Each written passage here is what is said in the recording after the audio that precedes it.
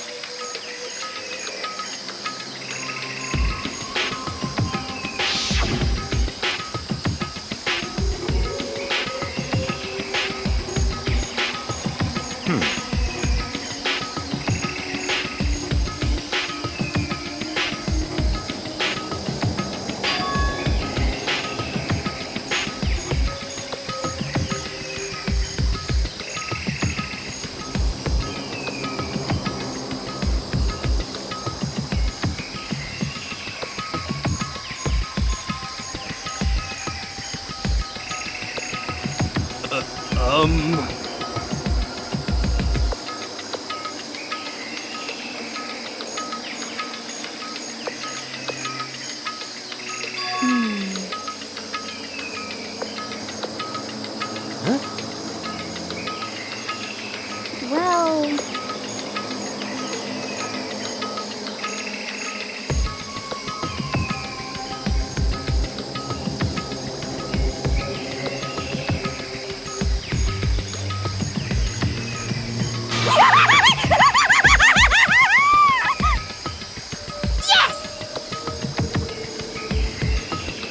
Come on.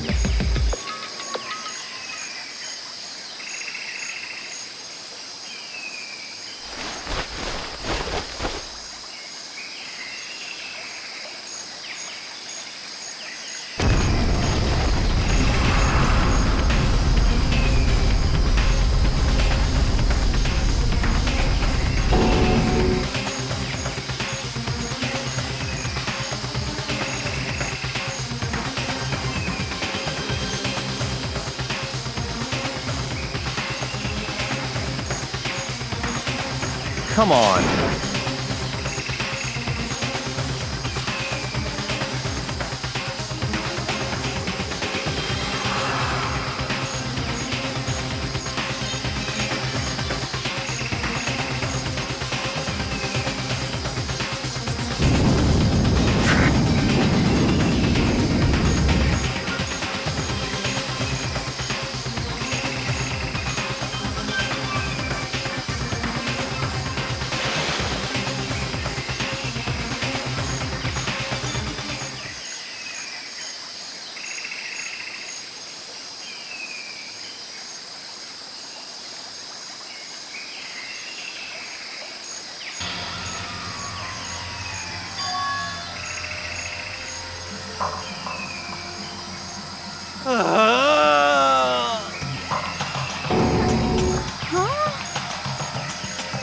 What did you say?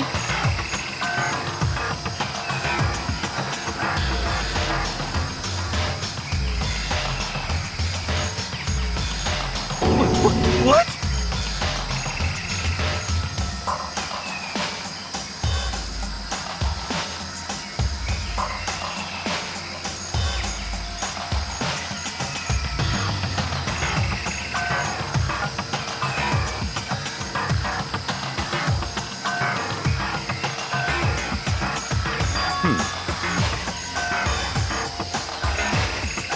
What?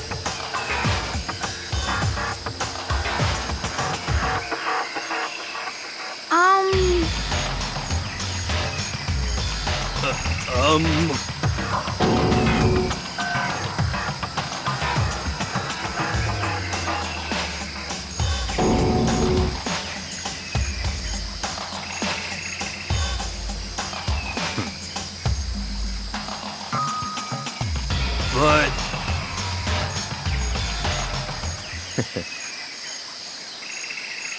In other words... What? What? What the heck?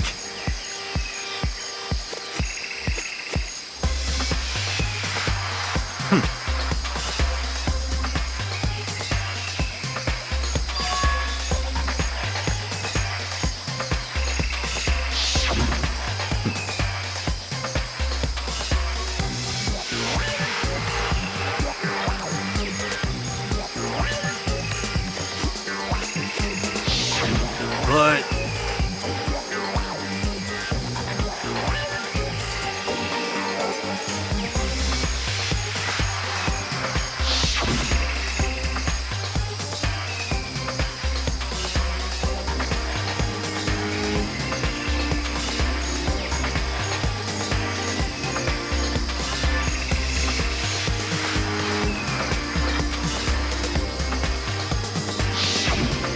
what the heck?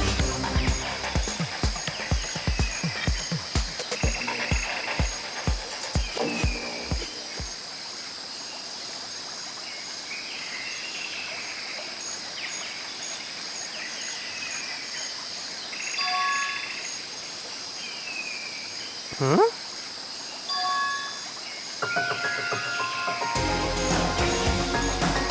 What?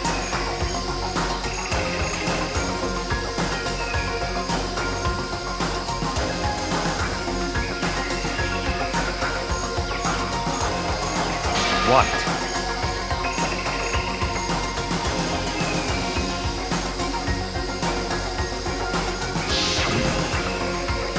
Yukiro Ikusaba, the 16th student, lying hidden somewhere in this school. The one they call the ultimate despair. Watch out for her.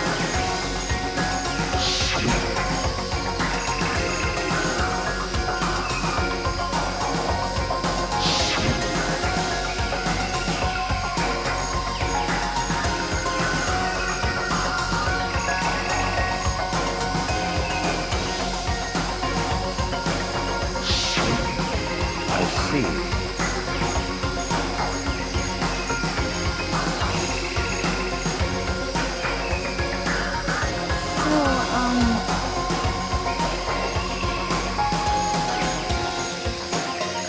Could it be...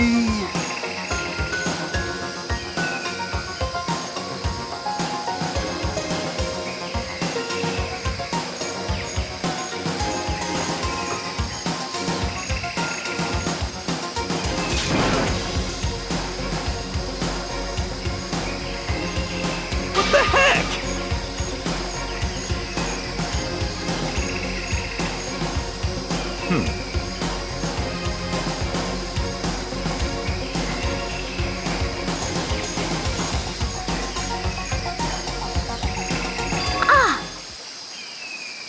What?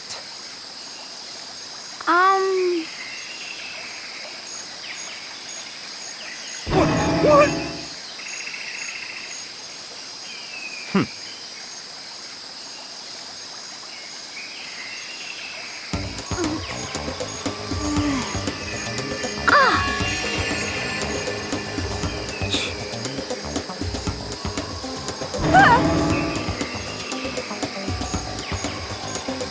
Stop talking.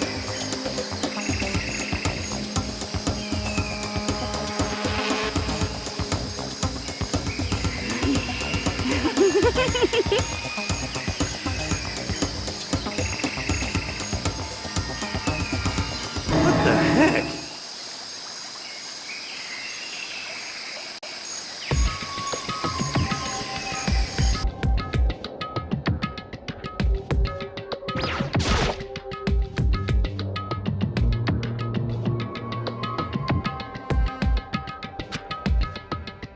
So,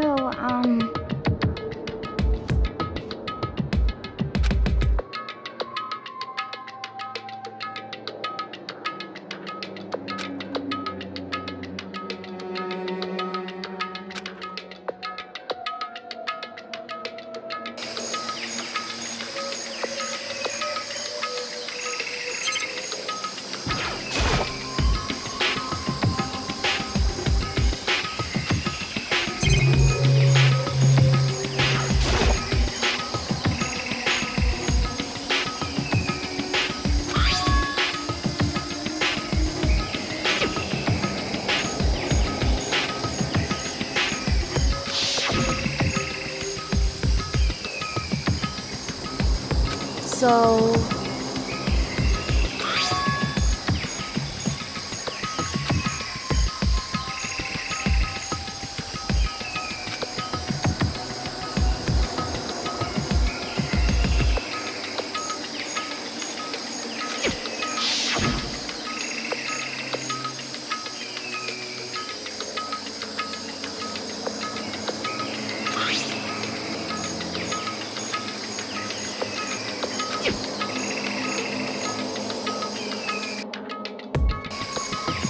What?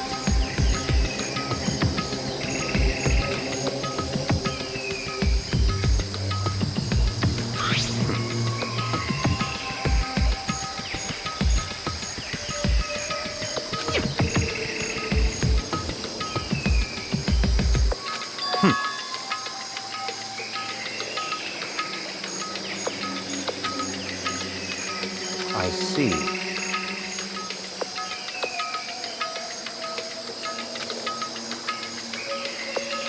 So, in other words,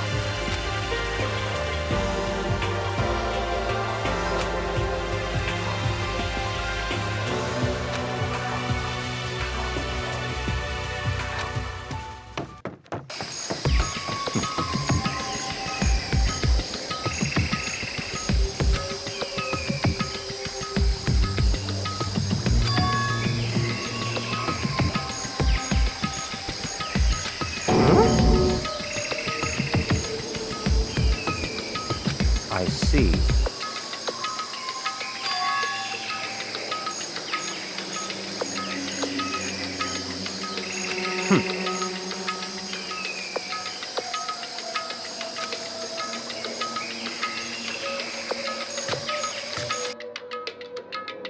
Hmm.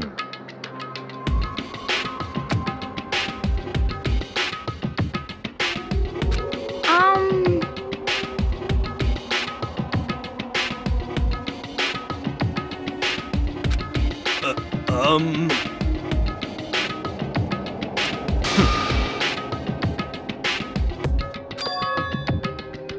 In other words,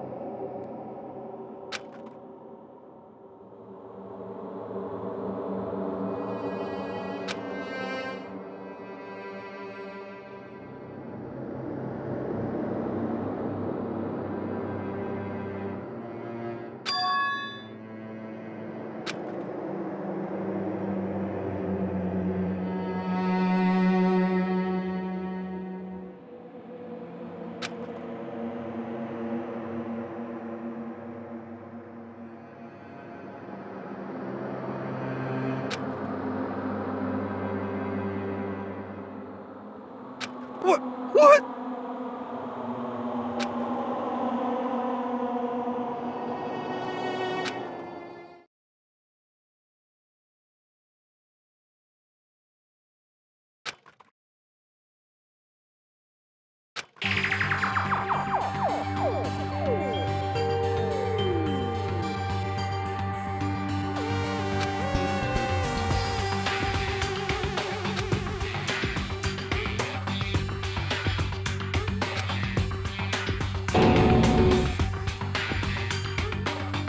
What?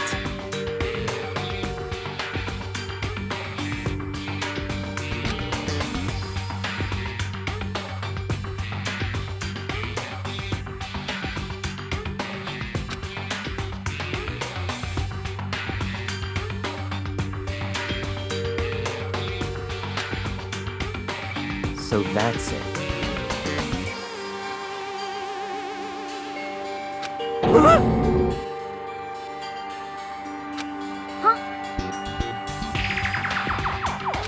It's all clear now.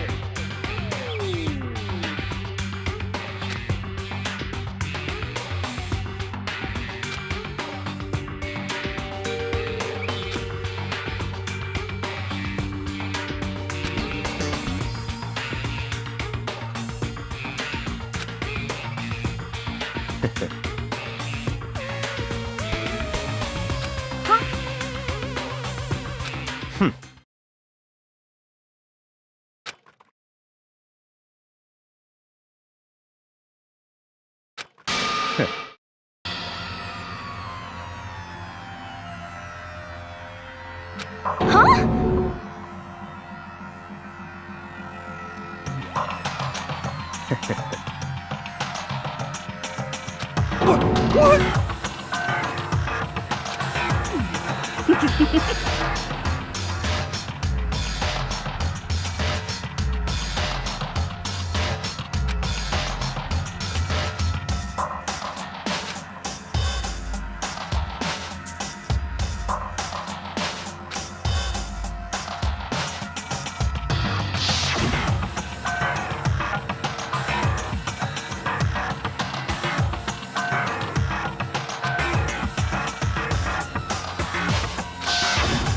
But...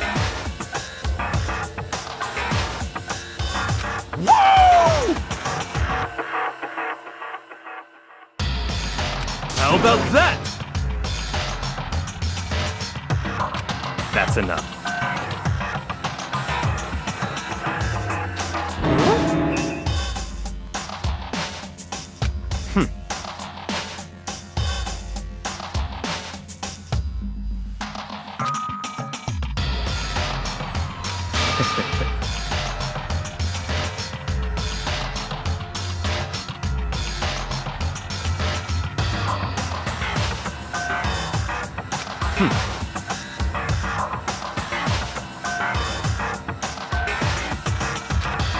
What?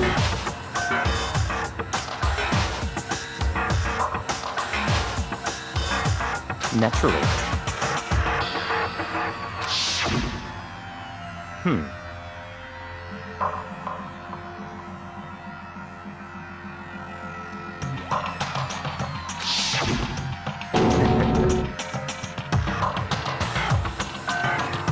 But...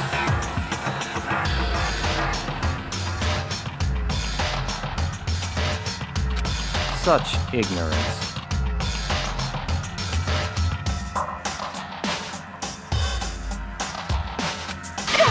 I'm telling you!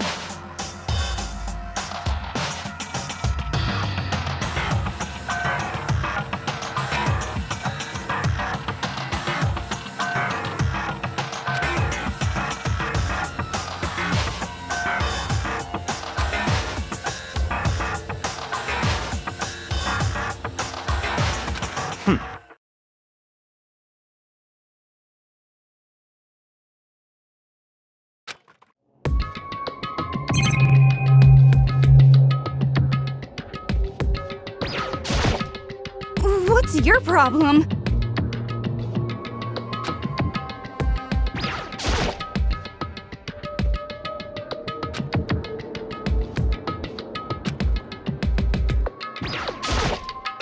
Um...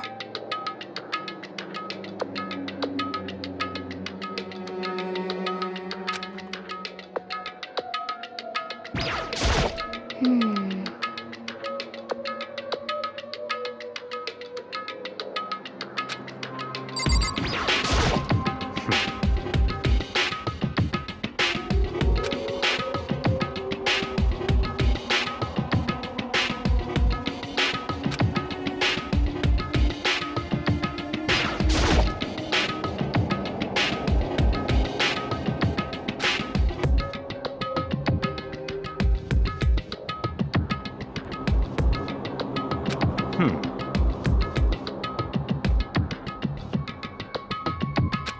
Hmm.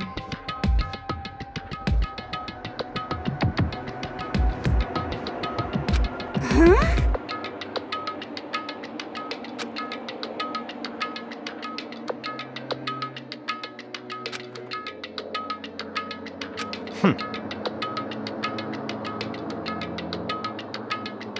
What?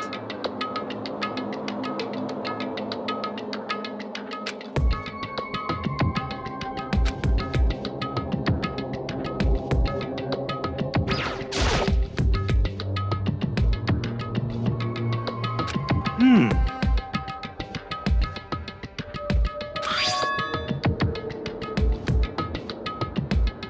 How about that?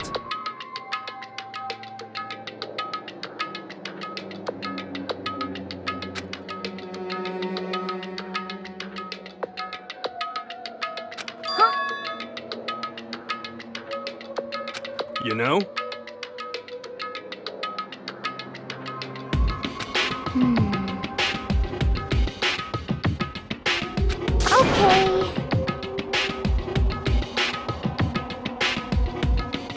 You know?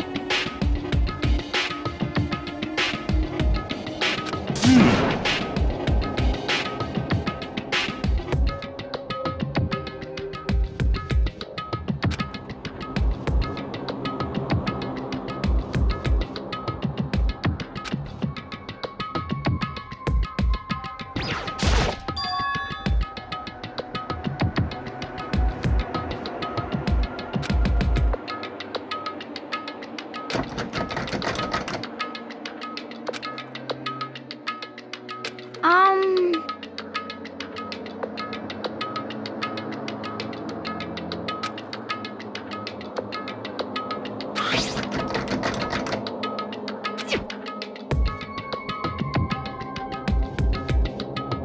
Hmm. Yeah.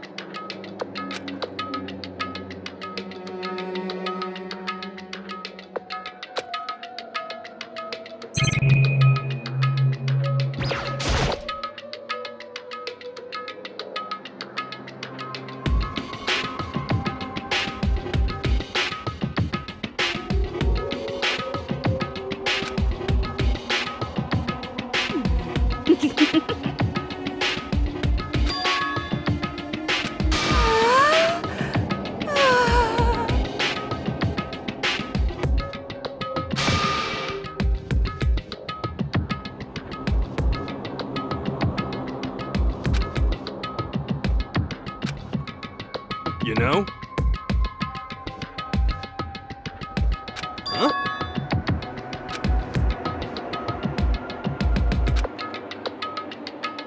Hmm.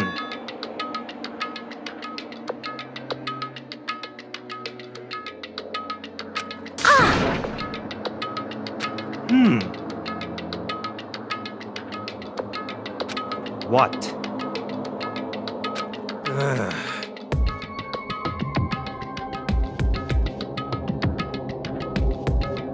What the heck?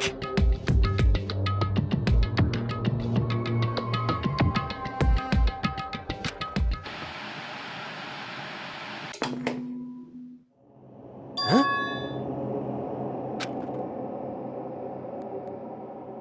Hmm.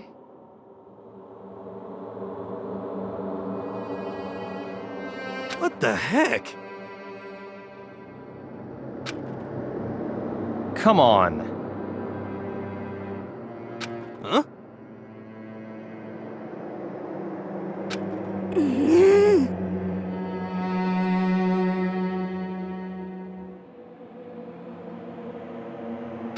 But...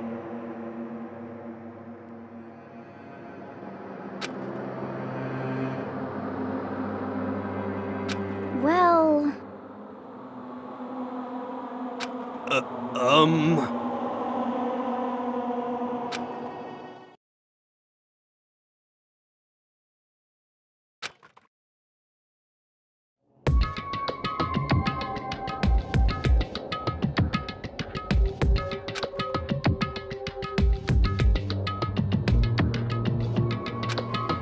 What the heck?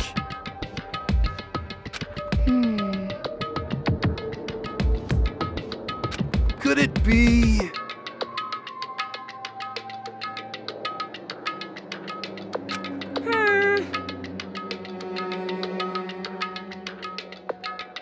Actually... What?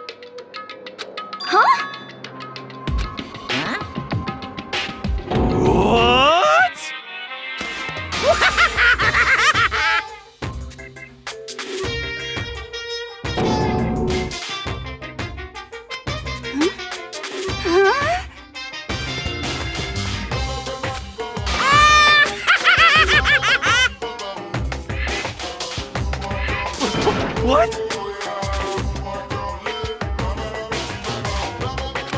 Of course!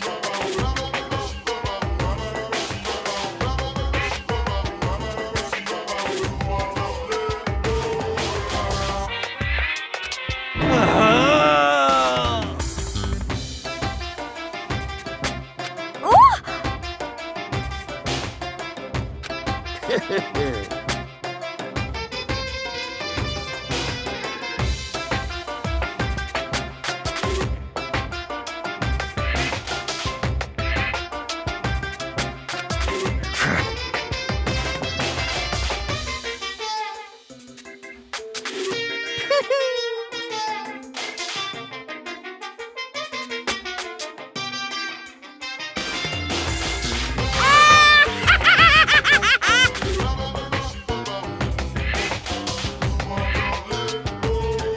Well now. Shing!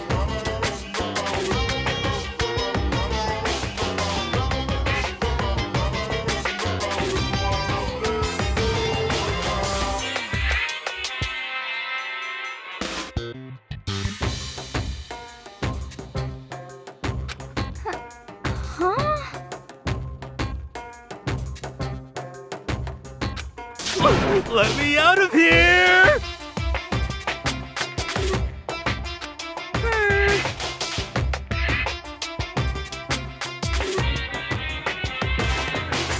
Unbelievable.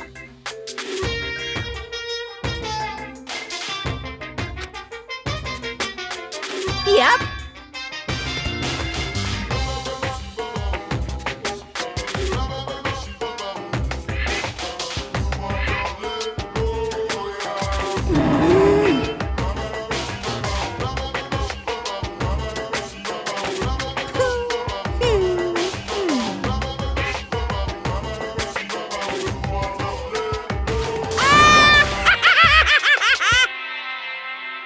Well now.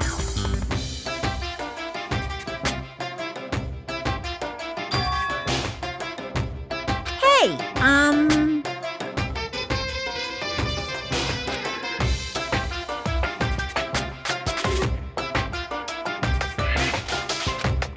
What?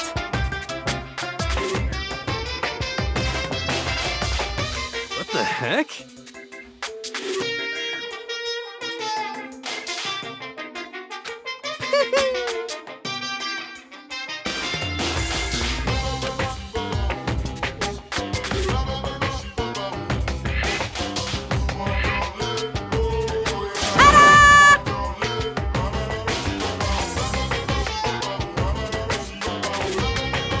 huh?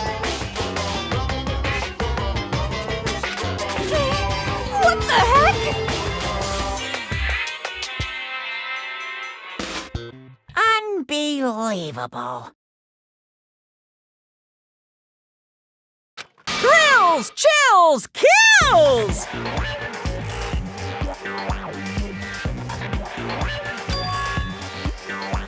Extreme!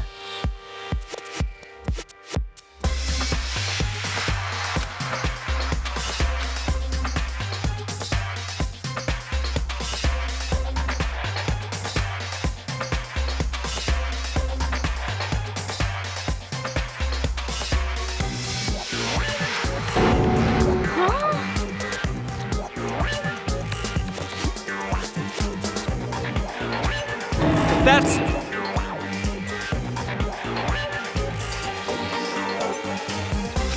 Oh, no!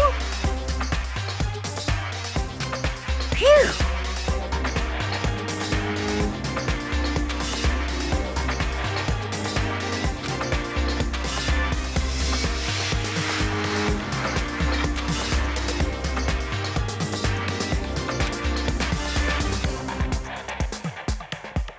Of course!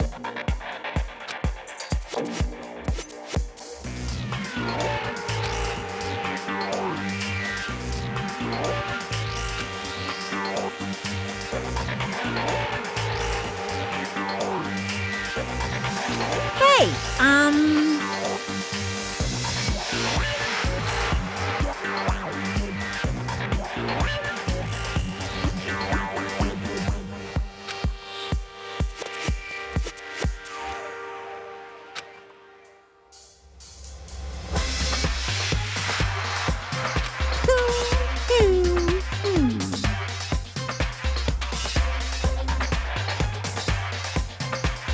what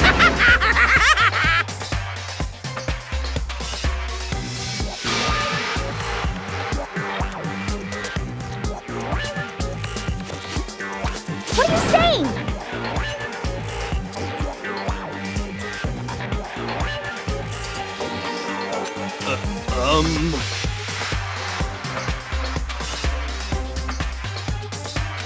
Actually,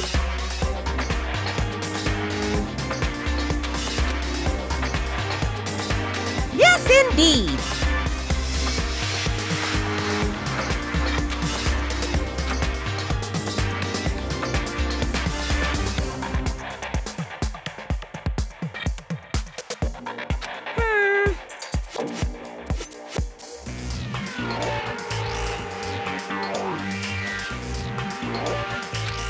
This can't be!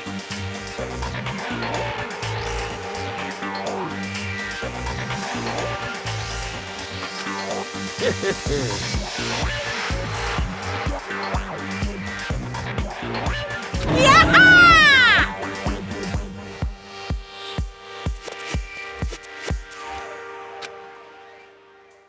Of course.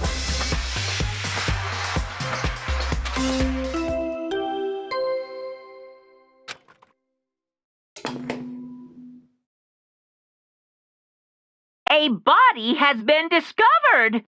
After a certain amount of time, which you may use however you like, the class trial will begin.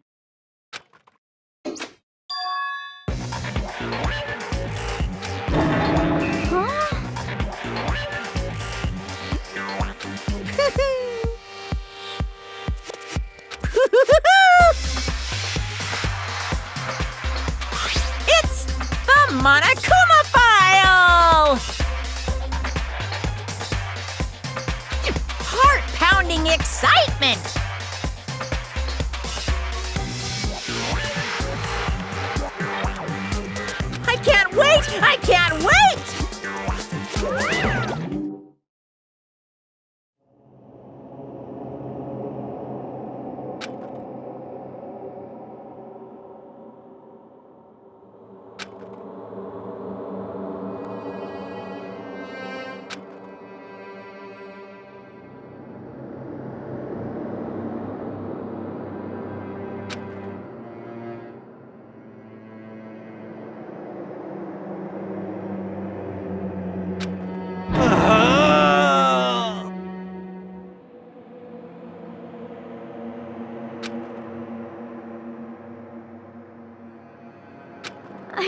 make of this?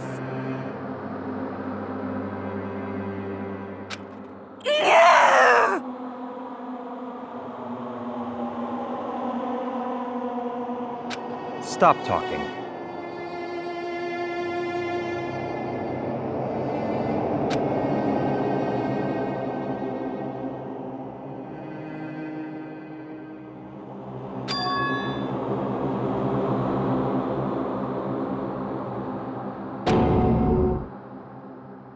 What the heck?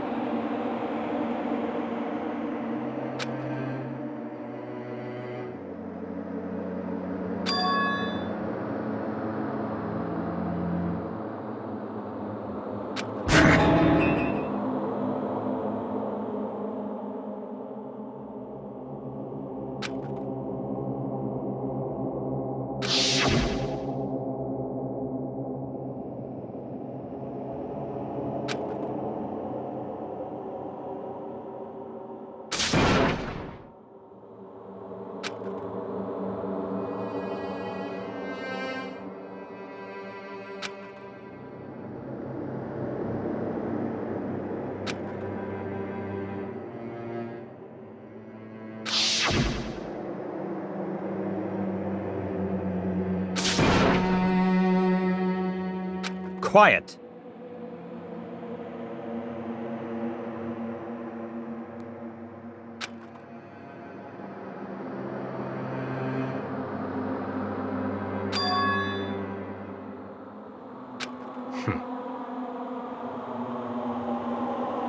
But...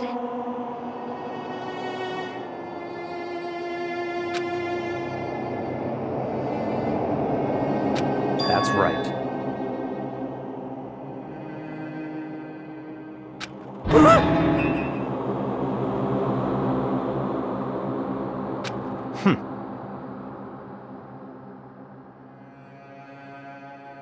Huh?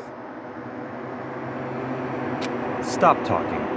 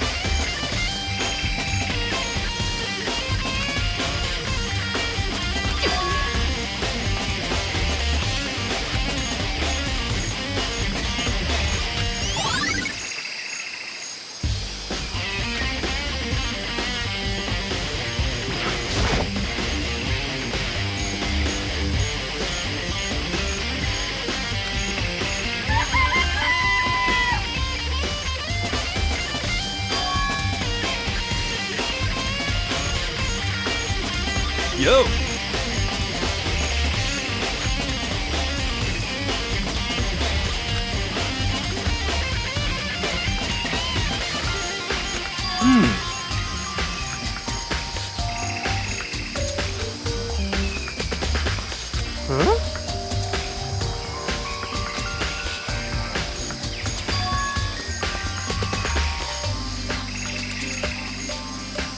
Huh?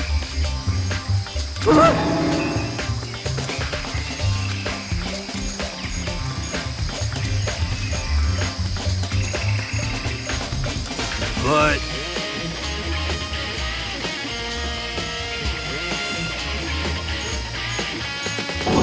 What?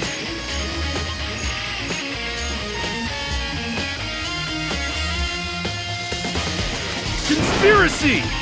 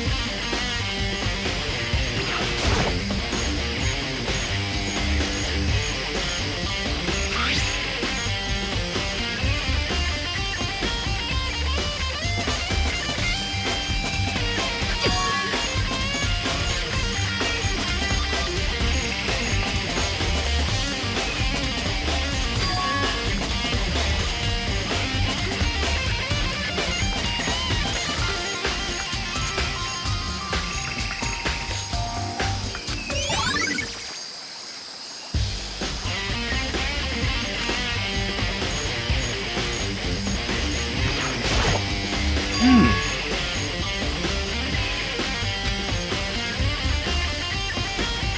serious.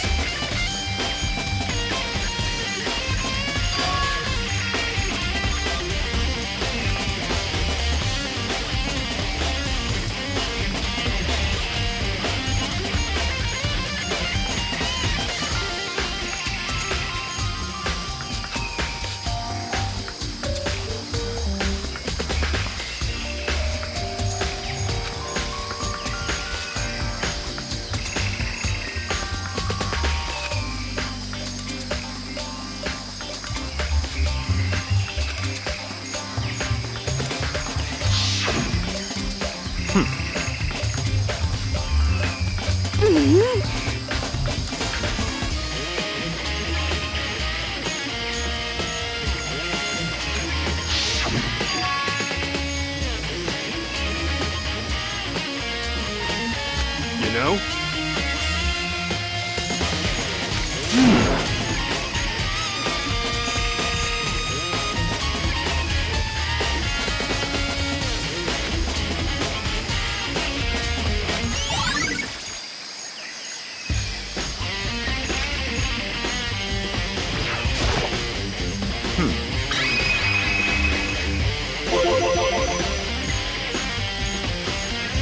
So, in other words,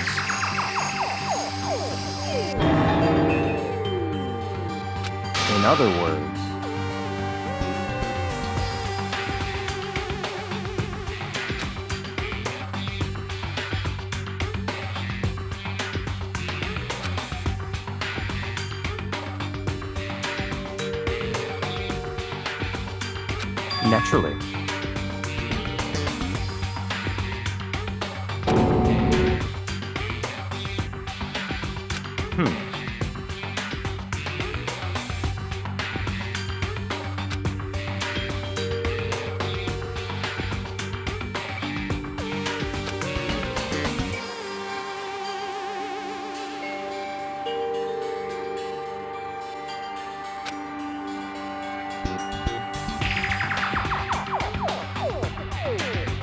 In other words,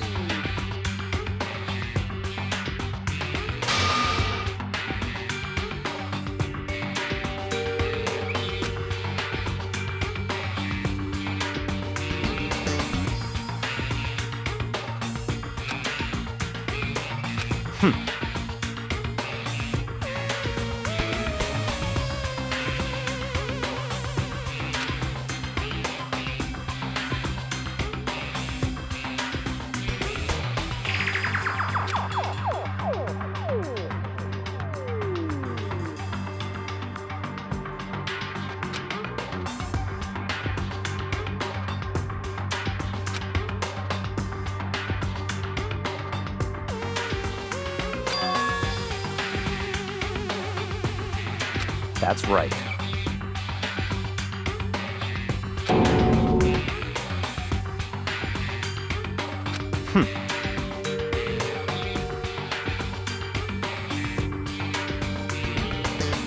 What?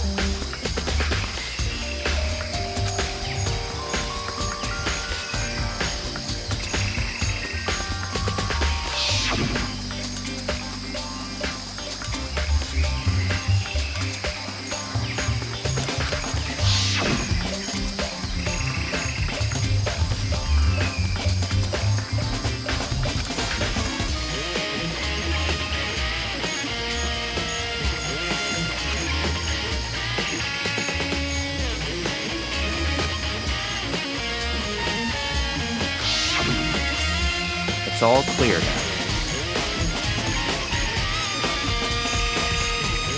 What? Just give up.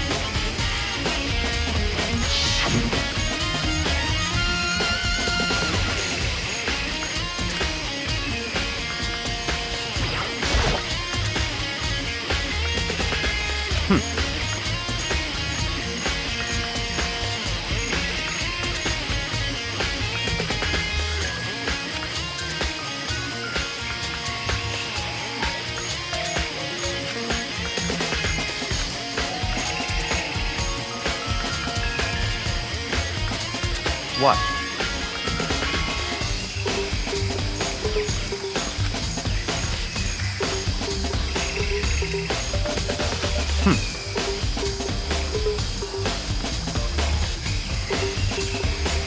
Goodbye.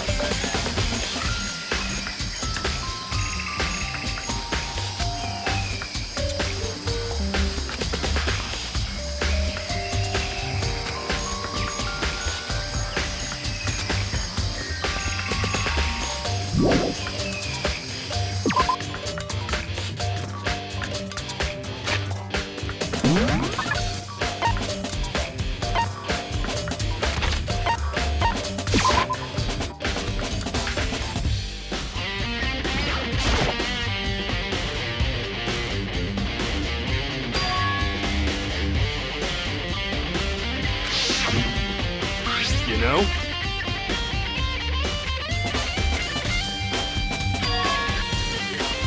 Huh?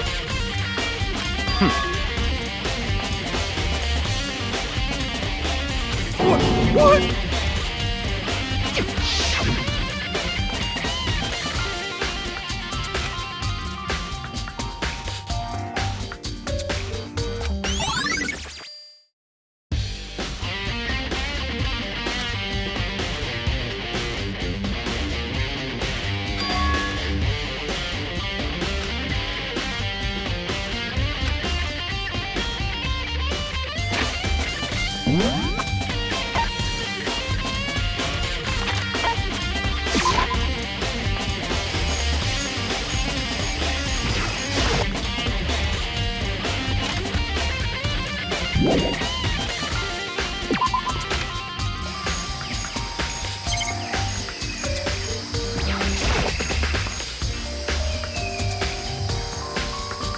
Let's go.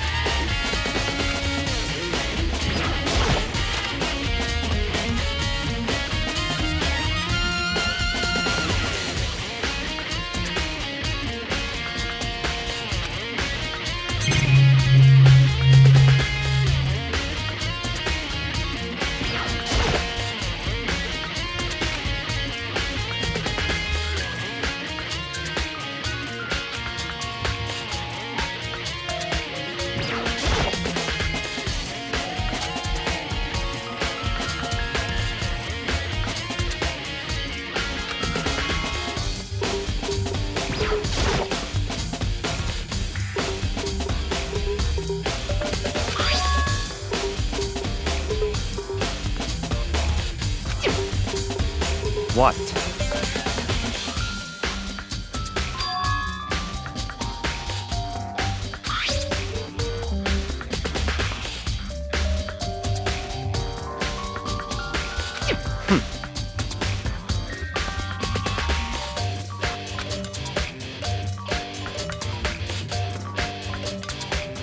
It's certainly possible.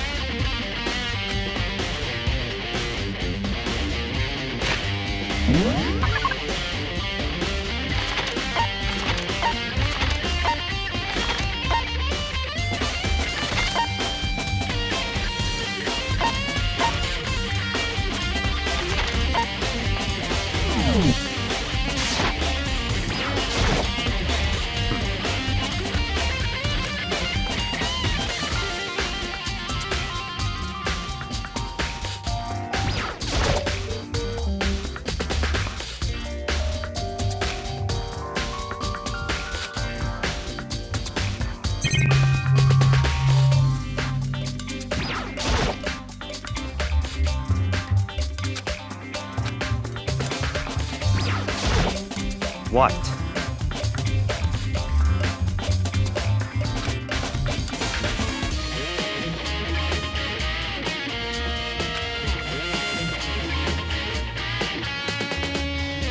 Come on.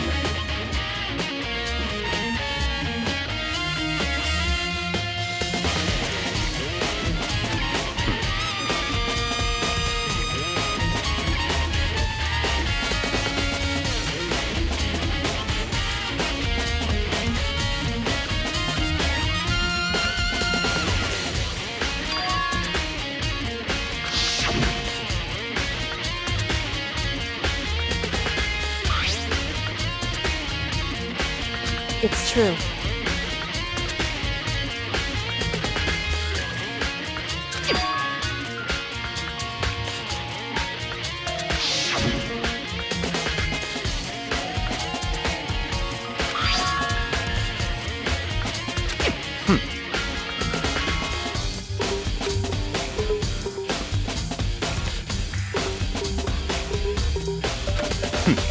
Interesting.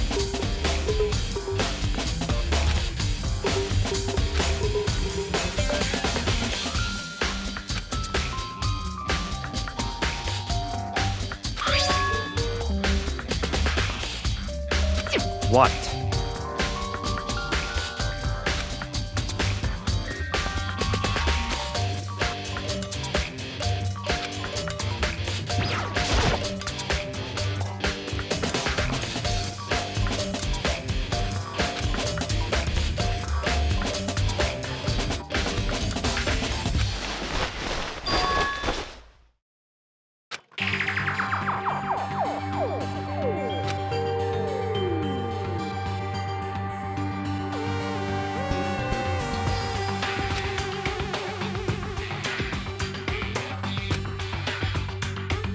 I see.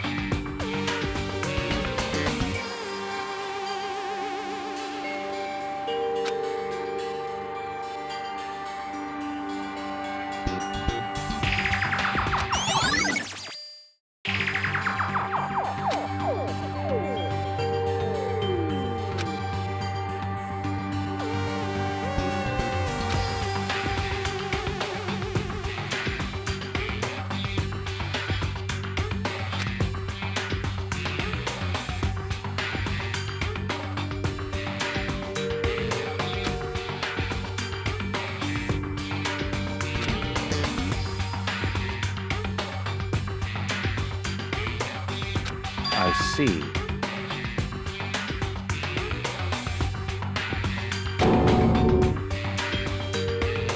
Naturally.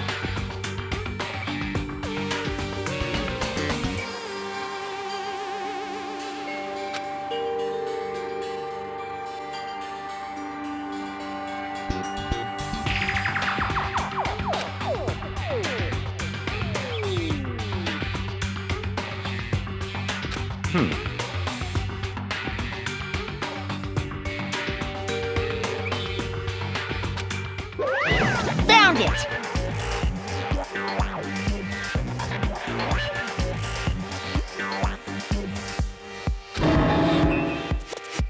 What?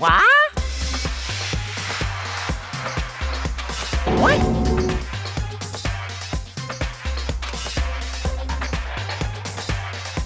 Hey, come on now!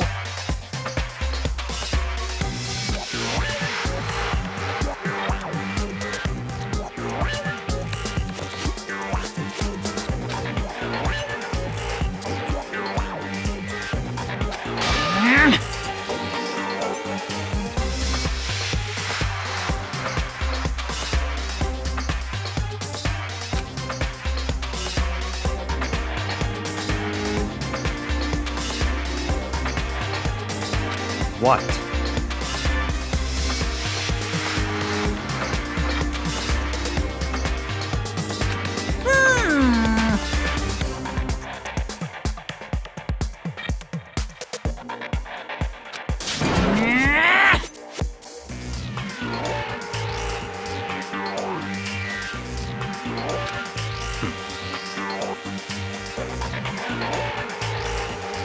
Of course!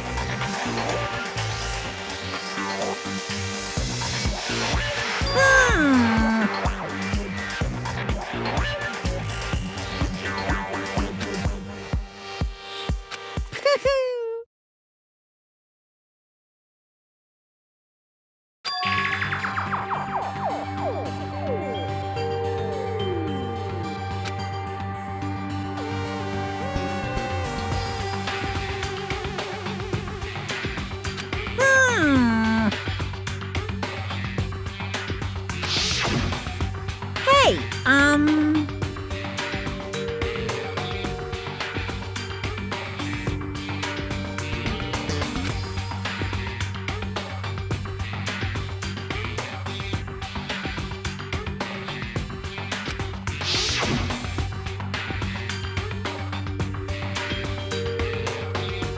in other words, yes, indeed.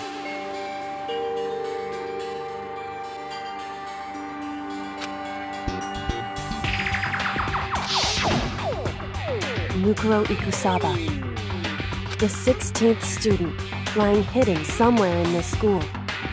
The one they call the ultimate despair. Watch out for her.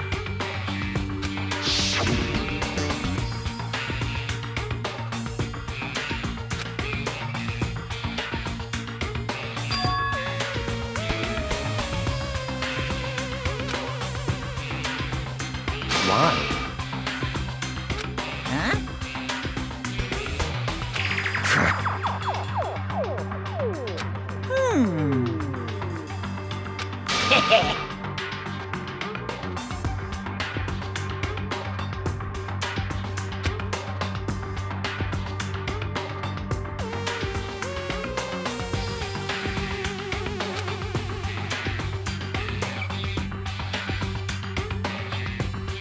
Yes, indeed. Well, now.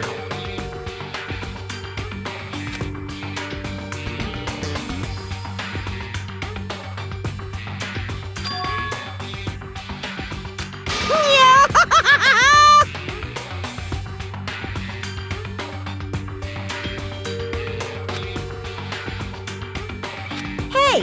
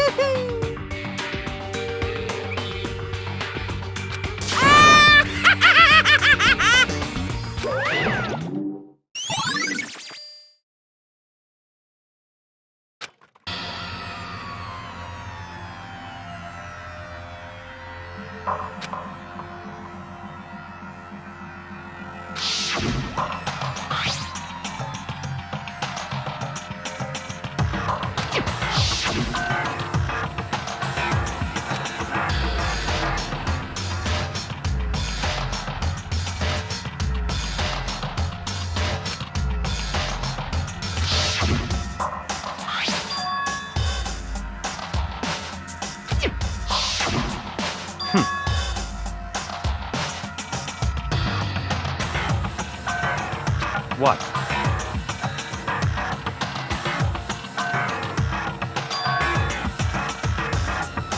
Such ignorance.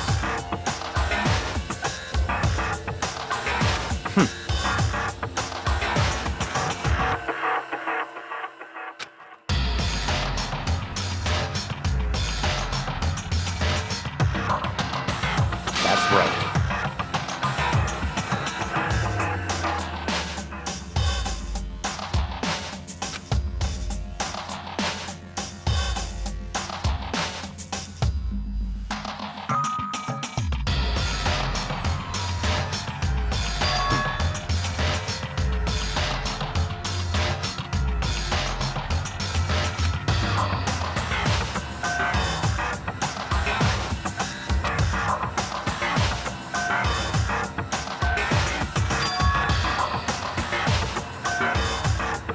It's certainly possible.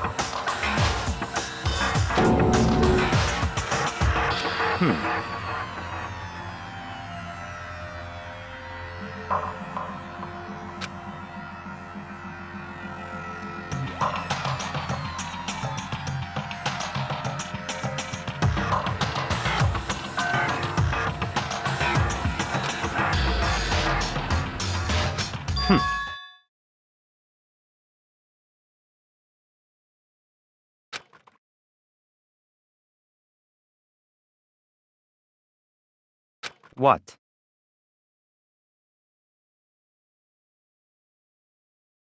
It's all clear now.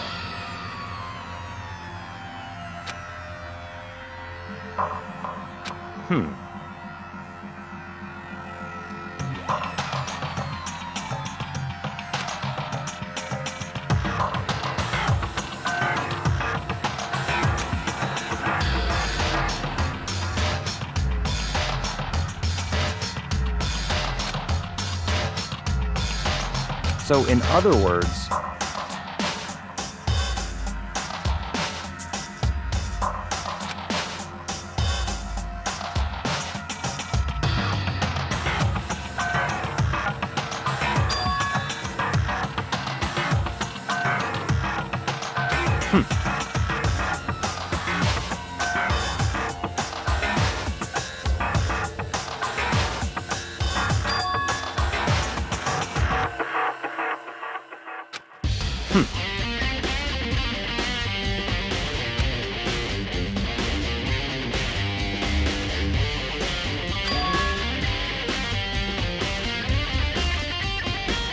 let's go.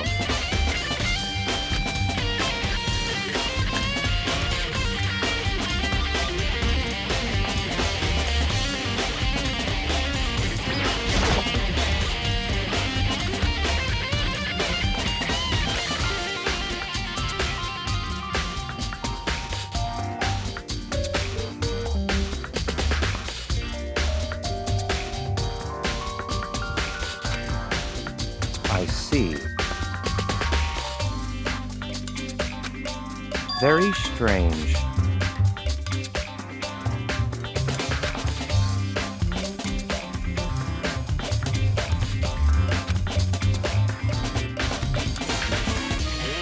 That's right.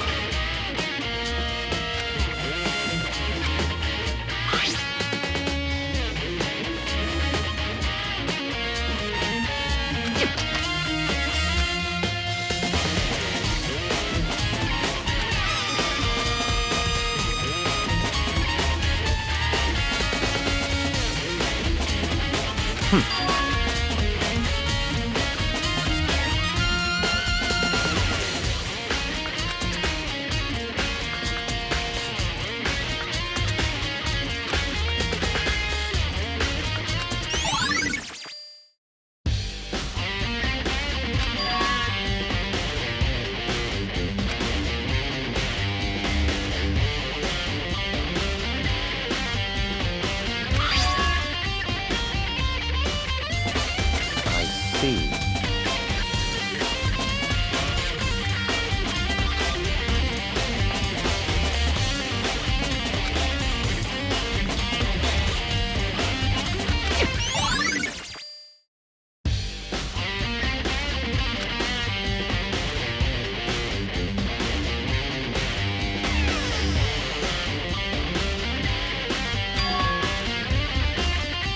Very strange.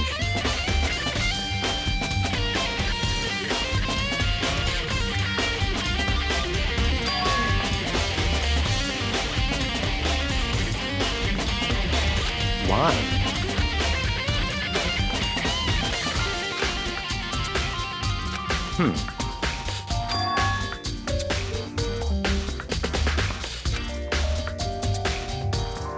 What?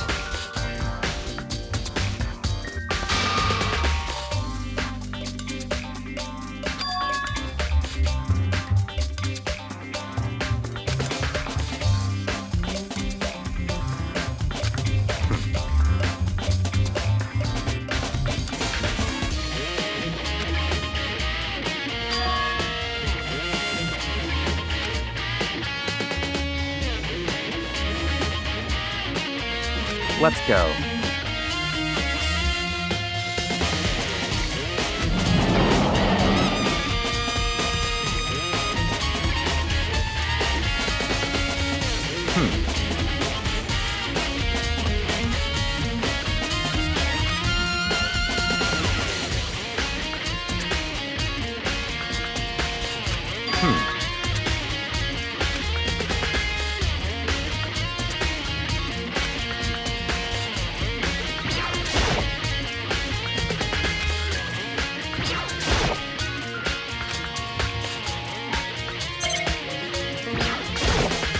I see.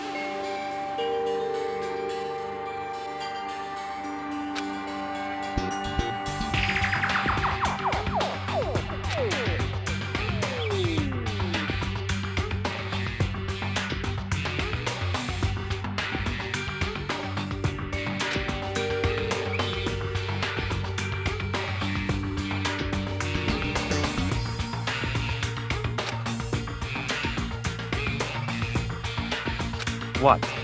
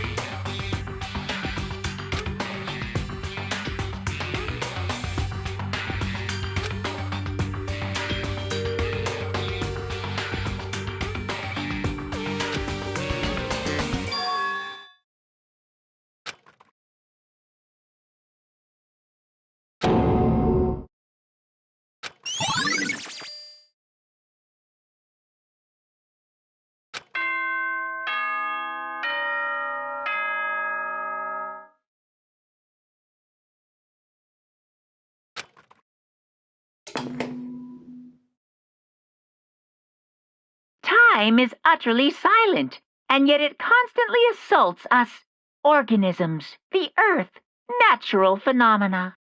It damages us little by little until the end. You should really think about that. Anyway, it's time to begin the class trial. So, please meet up in the usual spot. See you later!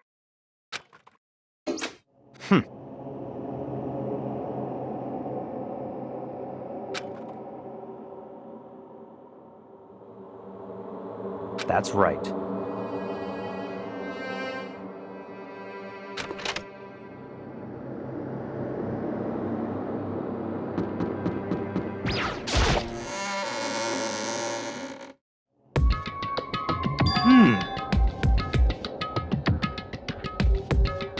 Ah.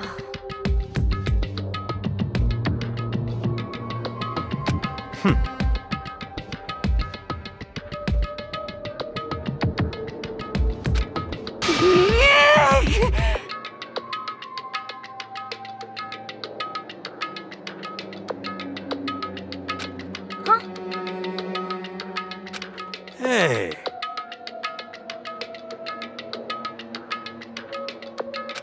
What?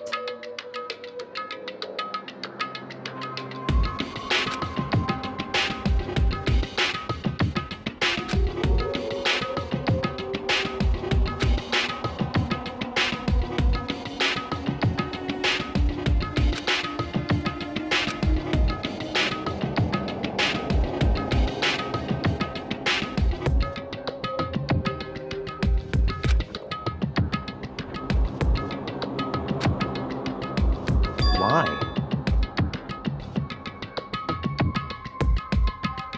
Could it be?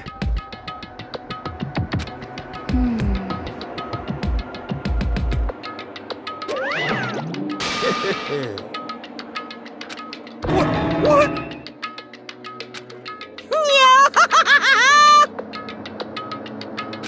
Come on.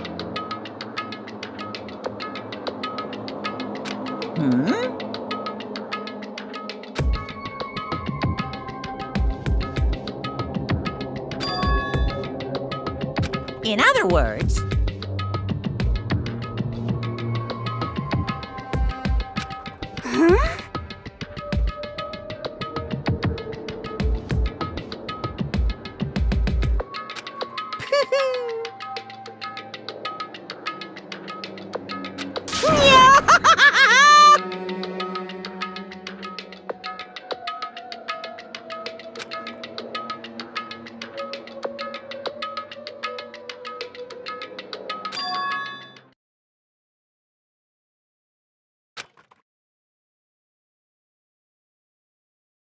Hey.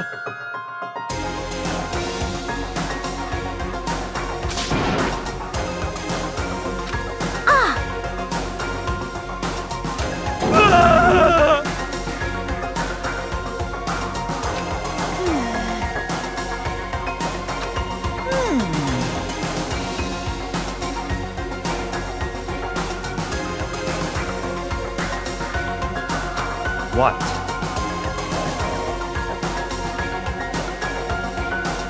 Is that right?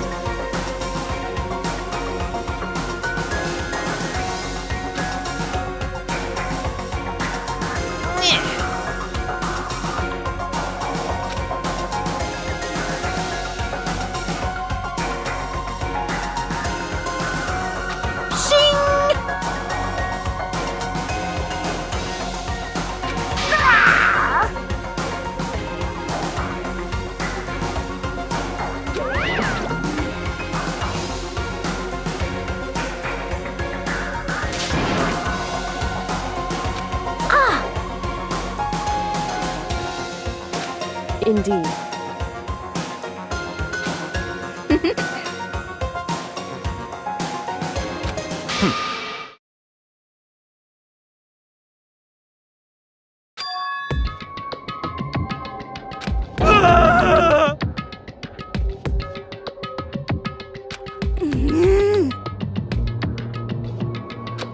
Let's go.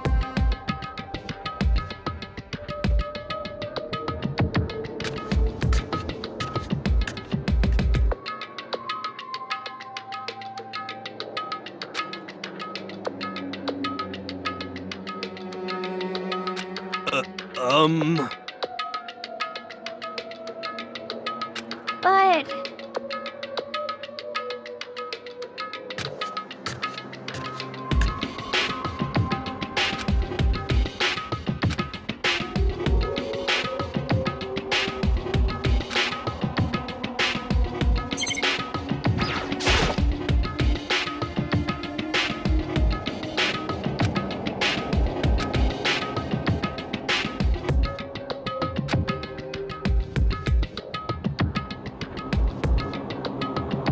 Correct.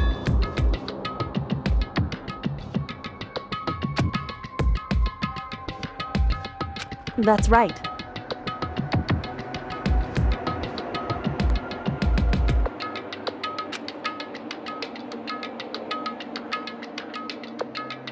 Whew.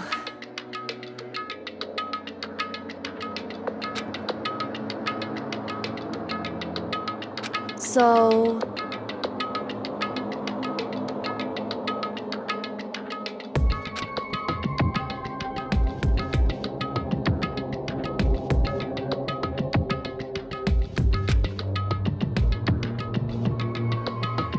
However...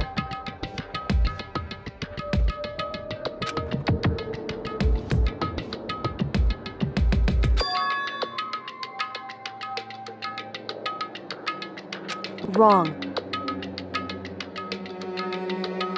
In other words...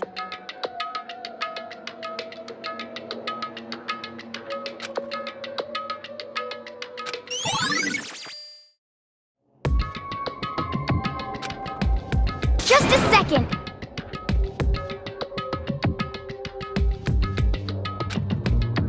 Makoto.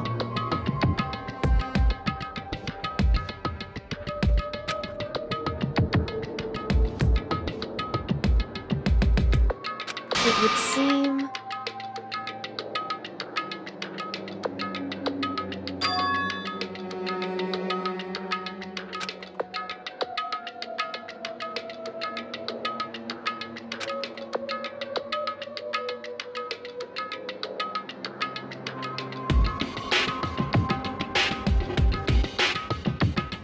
Goodbye.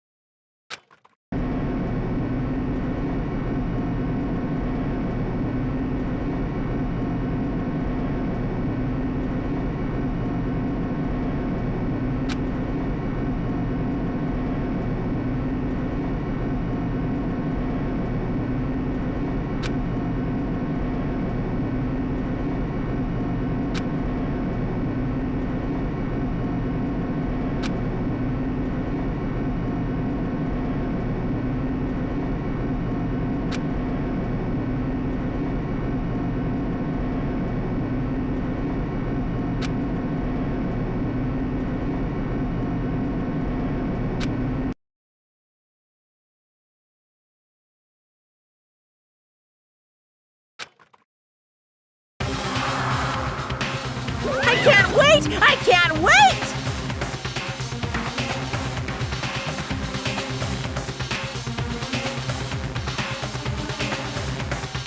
Thrills, chills, kills!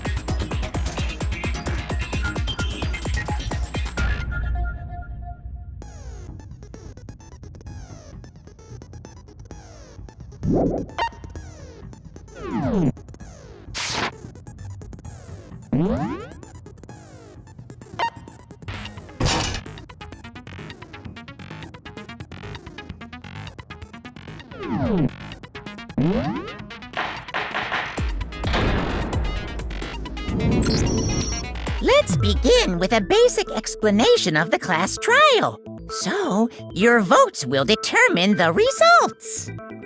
If you can figure out who done it, then only they will receive punishment. But if you pick the wrong one, then I'll punish everyone besides the blackened, and the one that deceived everyone else will graduate. Okay, well, I'll leave the rest up to you.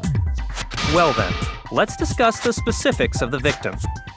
First, we need to clarify who exactly the unidentified victim is. It's Kyoko. There's no other explanation. But Kyoko's standing right there. No! That's a ghost!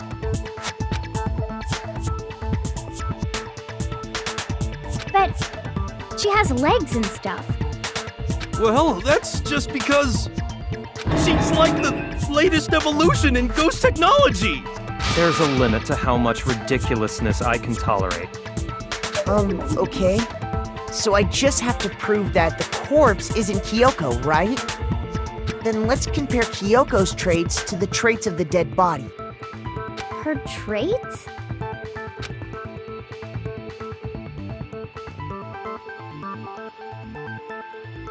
I got it! I'm talking about her gloves. They'll give us some insight into the mystery. I'm sure of it. In that case, I think it would be helpful if someone explained why she actually wears those gloves. And would you happen to know the answer? In fact, Monokuma told me. Apparently you have scars on your hands you don't want anyone to see. Oh! You know, now that I think about it, the corpse wasn't wearing any gloves, right? They probably just got burnt up in the explosion. I'm not convinced. The ghost is just trying to fool us all.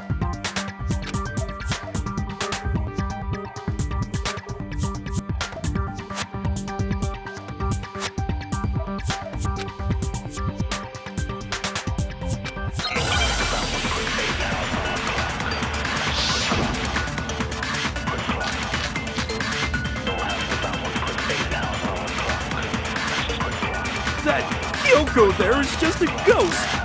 Impossible. Okay, then prove it. Prove she's not a ghost. The dead body wasn't wearing gloves. They got burnt up in the explosion. Then she was wearing gloves before the explosion. Well, yeah, she must have been wearing gloves. No, that's wrong!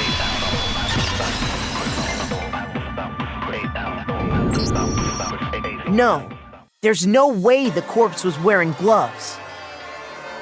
Whoever it was, they were wearing fake nails, remember? I imagine trying to wear gloves over nails like that would have been a pretty big pain. Besides, Kyoko wears gloves to hide her hands, right? It'd be pretty weird for someone who's self-conscious about their hands to wear fake nails, don't you think? Jeez, man, you don't know women, huh? They're complicated like that. If anyone doesn't know women, it's you. Well, Kyoko, any thoughts? These gloves were custom made to the size of my hands to make sure they don't interfere with my daily life. If I wore fake nails, the gloves wouldn't fit properly. Then that's that. The dead body doesn't belong to Kyoko. Which should have been obvious since she's standing right here. Okay, so then, who's the real victim? First, we need to figure that out. That's the first thing I said. You're the one who's been dragging us around in circles.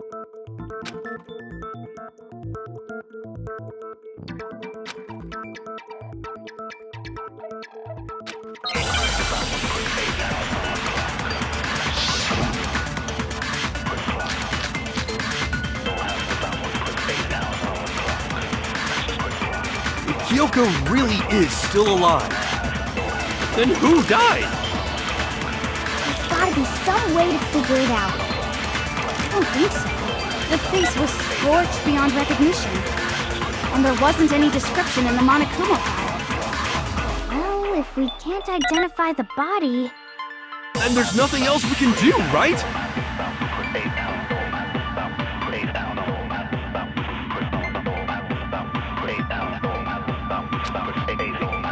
If Kyoko really is still... Then who does? There's gotta be... I don't think so. And there wasn't any description in the Monokuma file. Well, if we can't identify the body... No, that's wrong.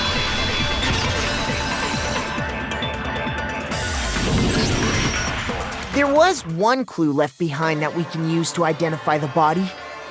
What? For real? If you're lying, you'll die a cruel and unusual death. Cruel and unusual death. This I gotta see. She's just being stupid. Ignore them, Makoto. Tell us what you're talking about. The key to figuring out who it was is the tattoo on the back of her hand. Oh, yeah. The design's pretty strange, huh? Is this a dog? Her master must have made her get it. To be like, you're my bitch. Seriously? They really did something that humiliating? No, that's not it. The identity of the victim is hidden within that tattoo. Oh, really?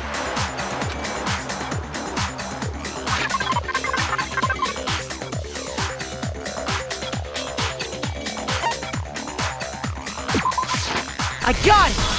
The Fenrir Mercenary Corps. That's the name of the military group Mukuro Ikusaba belonged to. Okay, so... To show that they're a member of the team, each soldier that joins the squad would get a tattoo representing Fenrir somewhere on their body. Fenrir?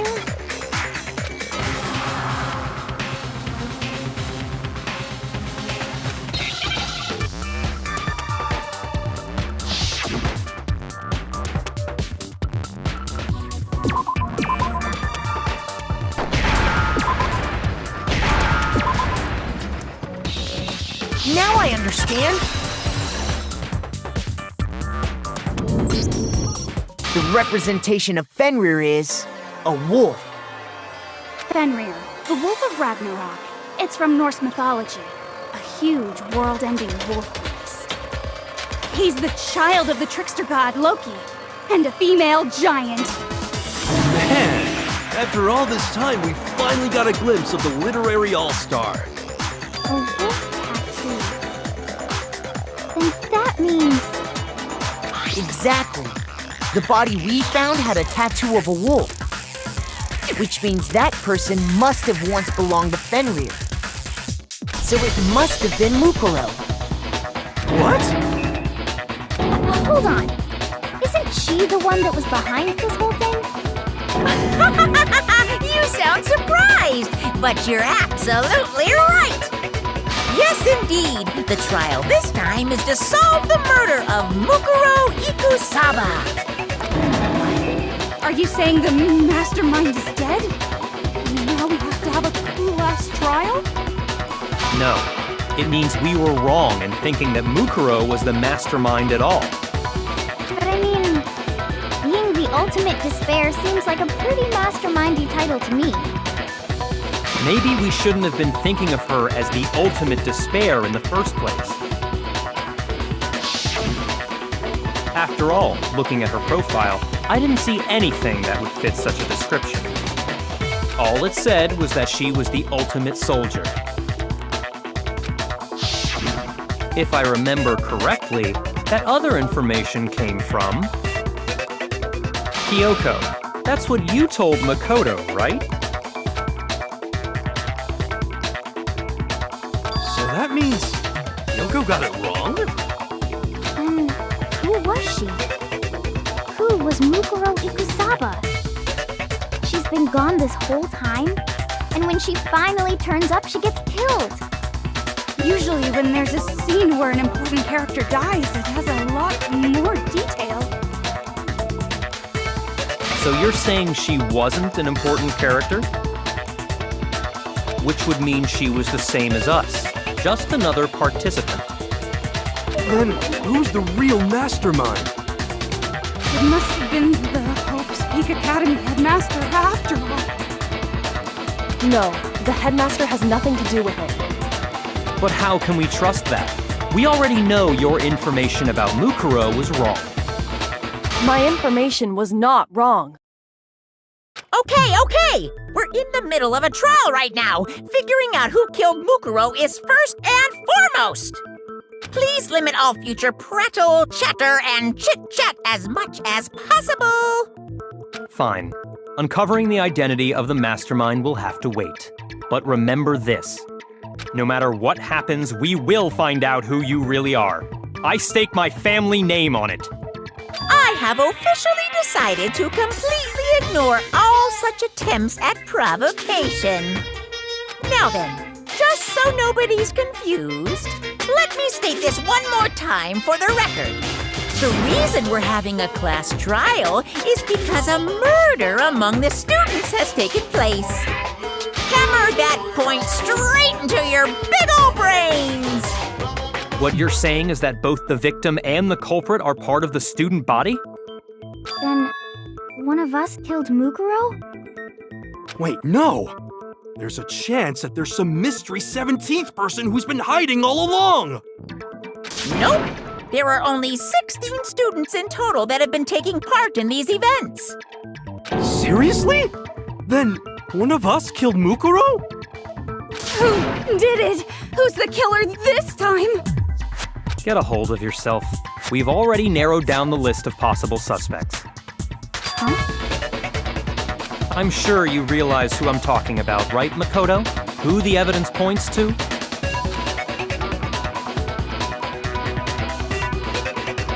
I got it! You've narrowed it down to Kyoko and me, right? Why do you say that? Allow me to explain. Just after nighttime last night, I went to the garden, so I can confirm that at that point, there was no dead body there. So, the murder must have taken place after I left the garden. However, Hiro, Toko, Hina, and I were in the gym the entire time. The gym? That's right. The four of us were there trying to dismantle Monokuma. The whole time, we were very careful not to go anywhere alone. We even went to the bathroom in pairs. All of which is to say, the four of us all have alibis. The only Are me and Makoto. That's why you're able to narrow down the list of suspects. Exactly so.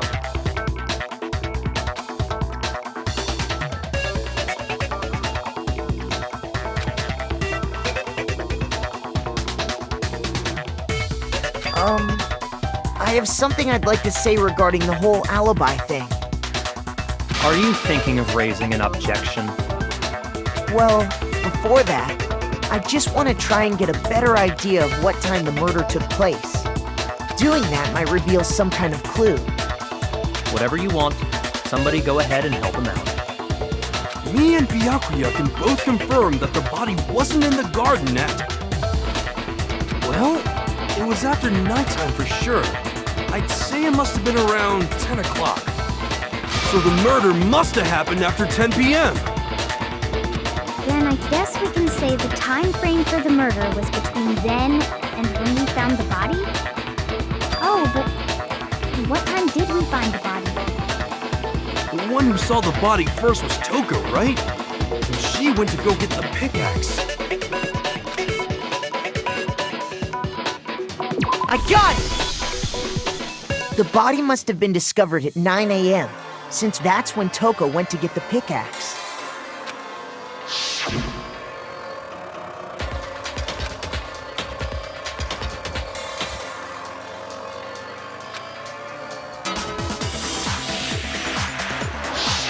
He's right. It had to be around then. So we can be totally sure the murder happened sometime between 10 at night and 9 in the morning. For me, I was already asleep before nighttime hit, so I don't have an alibi after 10 o'clock. but I'm sure I met up with everyone else before 9 this morning. We ran into each other in the dining hall, right? That was around... Oh yeah! Right around 7:30. I remember checking right before I went in, so I'm totally sure about it. Which means from 10 p.m. to 7:30 a.m., you don't have an alibi.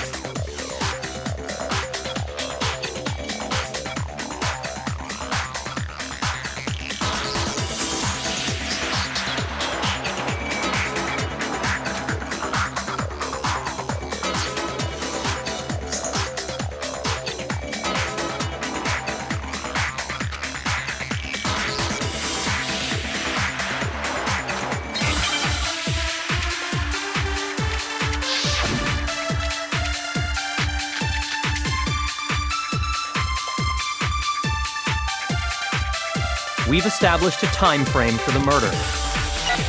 It took place somewhere between 10 o'clock at night and 9 o'clock in the morning. Yep, and Makoto doesn't have an alibi for most of that time. Yeah, from 10 o'clock to 7:30. That's more than enough time to commit murder, I should think. So Makoto, if you have any objections, now would be the time.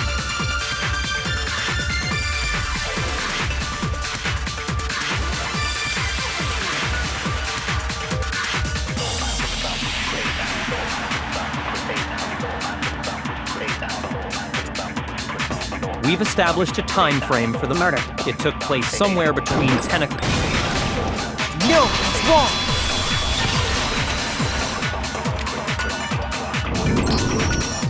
Actually, the murder couldn't have happened anywhere near 10 o'clock. It had to have taken place way later.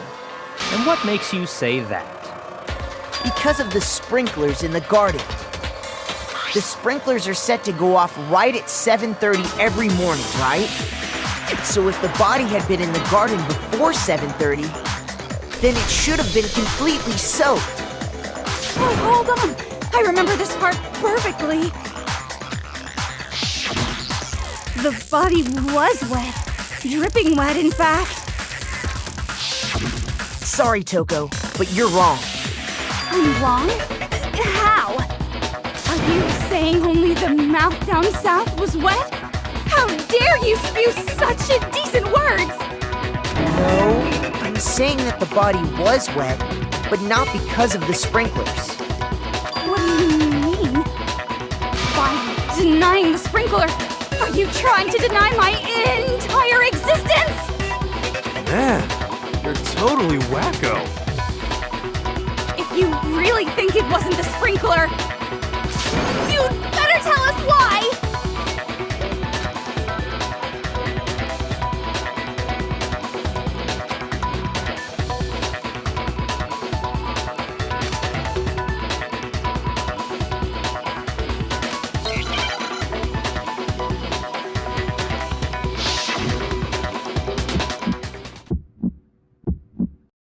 I admit nothing.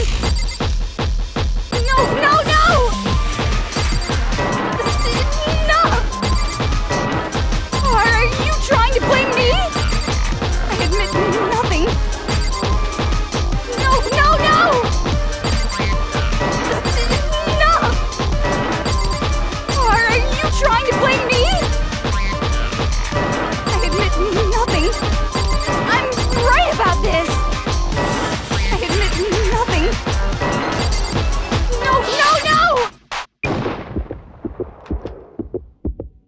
How can you say it wasn't the sprinkler? This should prove it.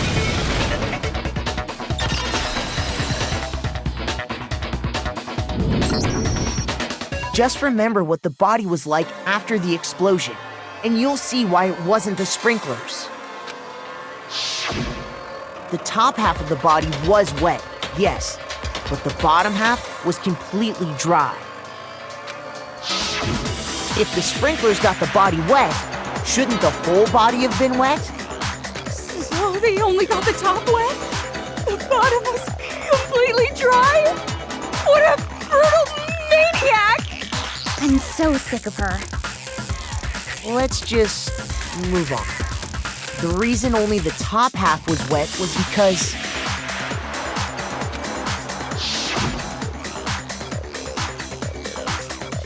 while the body was still on fire, I doused it with water.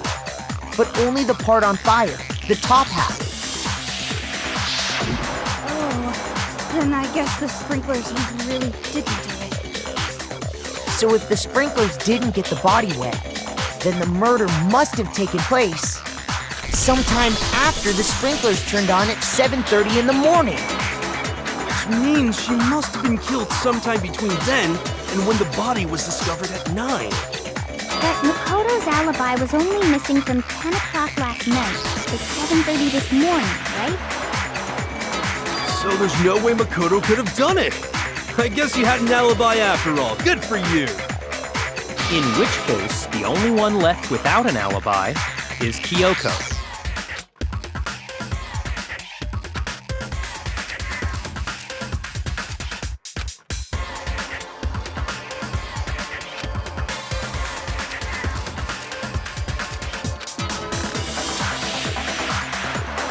I'd just like to say one thing. If you vote for me and I die here, the mystery of this school will stay hidden forever. Which is why I can't let that happen. So are you saying you're not the culprit?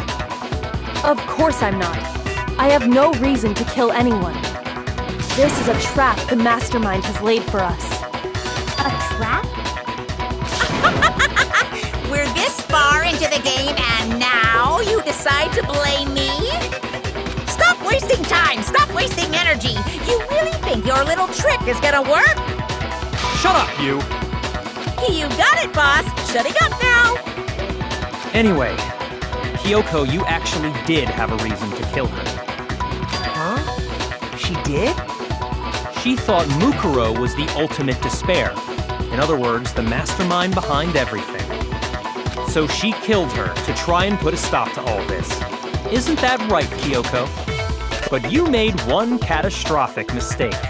Mukuro wasn't the mastermind at all. And as a result, we were forced into another trial, something I'm sure you weren't at all expecting. So, that was her motive? If she had a motive and no alibi, well then, I think it's pretty clear Kyoko's gotta be the culprit. I'm not the only one without an alibi. Makoto's explanation is still insufficient. Huh? The sprinklers didn't get the body wet, but that doesn't mean the murder happened when he said it did. What are you... Because you see, there is a way the body could have avoided getting wet. Interesting. I'm listening. All it would take is covering the body with a certain something to keep it from getting wet.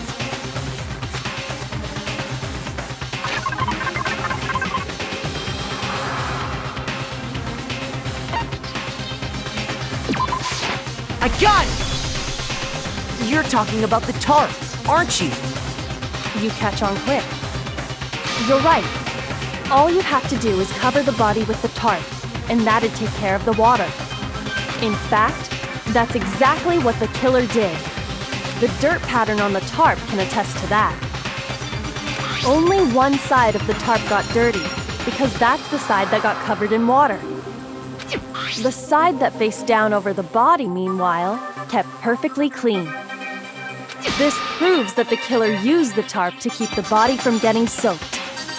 But why would they go to all that effort just to keep the body from getting wet? Most likely so they could cloud the issue of when the murder actually took place. In other words, to create an excuse exactly like the one Makoto just gave us.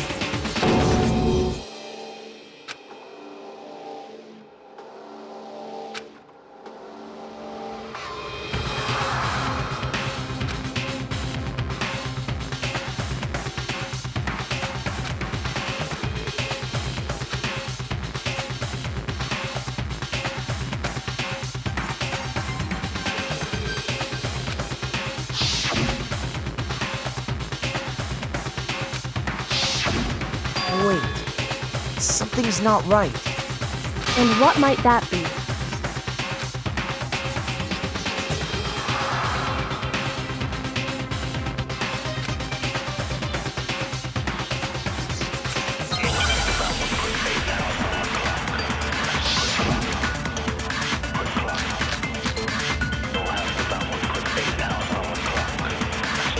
By covering the body with the tarp, the killer prevented it from getting wet.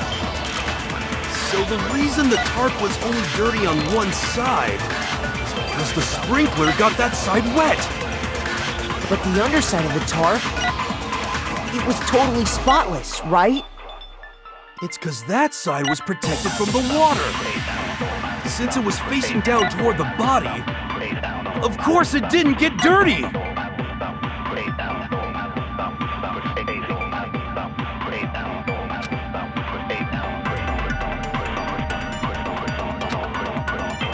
By covering the body with the tarp, The killer prevented. So the reason that it's because the spring, but the underside, it was totally. It's because that side. Since it was facing down toward the body, of course it didn't get dirty.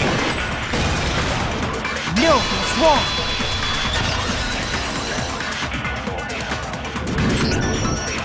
Actually, one side being clean is pretty strange if you think about it.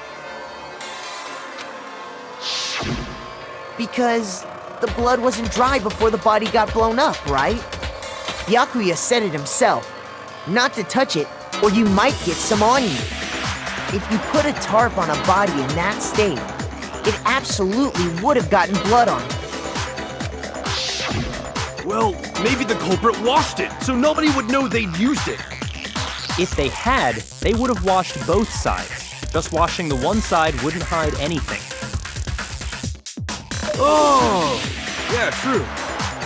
more than that, what if the very blood we saw on the body was meant as a kind of camouflage?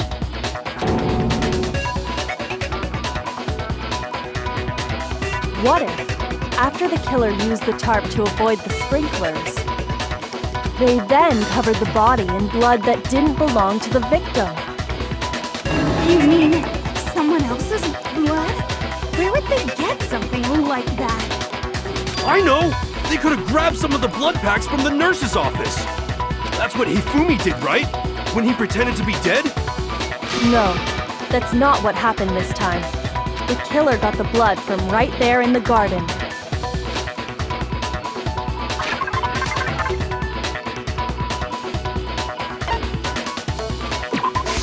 I got it!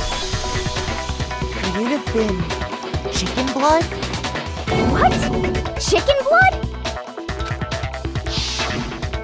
When I checked the chicken coop before the murder, there were 5 chickens. But after the murder, there were only 4. So, you're saying someone killed a chicken and then covered the body with its blood? Man, that's messed up. Killing a living thing just to do something like that is awful. They should have at least eaten it. I wonder if the killer had to get the blood from the scene so they wouldn't be spotted walking around. Anyway, there's no denying that a chicken went missing, which provides a basis for my theory. Perhaps, but even so, there's one thing that still doesn't make sense. You said the culprit used the tarp to avoid the water and then covered the body in blood, right? But if that's the case, then the blood should have soaked into the ground around the body. But that's not what we saw. Only the victim's clothing had blood on it. The ground was completely clean. I have to agree, that certainly is strange. Maybe they didn't apply the blood at the scene. Maybe they covered the coat in blood beforehand. They covered it beforehand? When you discovered the body, was it wearing the coat like you normally would? I think so. Wait, no. The head was through the neck hole, but the arms weren't in the sleeves. Then that settles it. Sorry, I'm having a tough time keeping up. What settles what? Here's what happened. The murder took place before the sprinklers went off. But the body didn't get wet because the killer covered it with the tarp. Then, later, at the same time the killer was gathering up the tarp, they pulled the coat over the body, the coat they've already covered in blood. This series of cover-ups was meant to disguise the actual time the murder occurred. They wanted us to think the murder happened sometime after the sprinklers had gone off, at 7:30. If that's actually what took place, it certainly becomes possible that the murder happened earlier. But to pull all that off, wouldn't they have had to go back to the garden after the sprinklers turned off? That actually wouldn't have been all that difficult. Huh? They already had the coat ready, so they just had to grab the tarp and pull the coat over the body. They'd be done in no time. Maybe. But still. Hina, after you met up with Makoto in the dining hall, did you two stay together from that point on? Oh no. I headed off to the gym, and Makoto didn't show up till later. Then he had plenty of time to spare, wouldn't you say? That's not... Don't bother saying it's not possible. I must admit, Kyoko's reasoning is sound. Makoto's alibi is inadequate.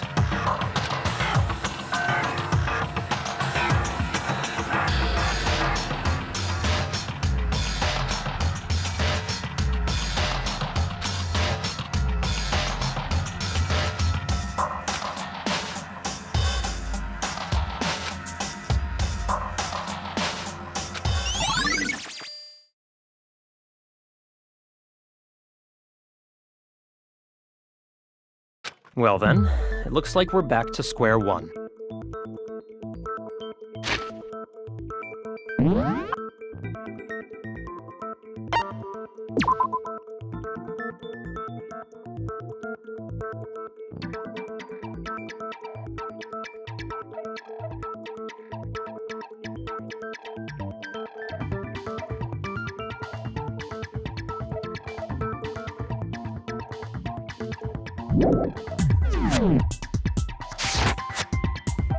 Makoto's alibi is no good, so once again, our suspects are him and Kyoko.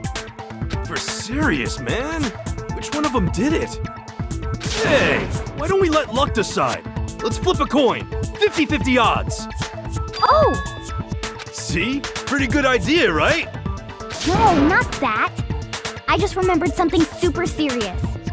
Well, don't just stand there. Out with it. You know that knife we found all black and burnt? The one we found stuck in the body before it exploded, right? According to the Monokuma file, the knife went all the way through, from front to back. So, what about it? I'm pretty sure I'd seen that knife somewhere before. That's what I thought when I first saw it. I just remembered.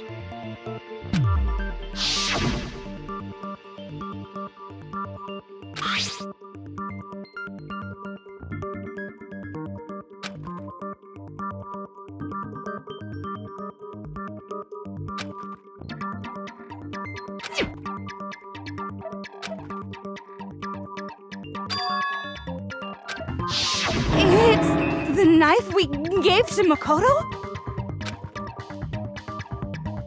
You don't seem surprised. You must have noticed earlier. Yeah. Then why did you hide that fact? It's not that I hid it. It's just...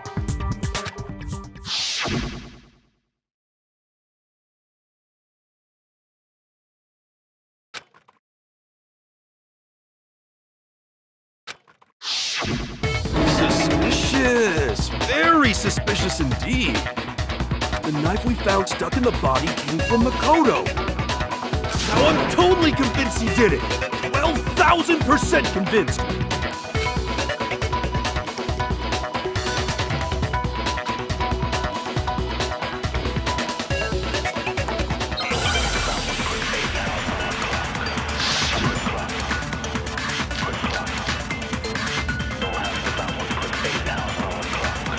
The knife we found lodged in the dead body. It's the same one we gave to Makoto. It really is, isn't it? I was afraid of that. If he did have that knife before, then that seals it. Makoto did it. Just because I had the knife once, that automatically makes me the killer? Well, getting stabbed is what killed her, right? So there's no question. You took that knife of yours and killed her with it. What a horrible man you are, Makoto.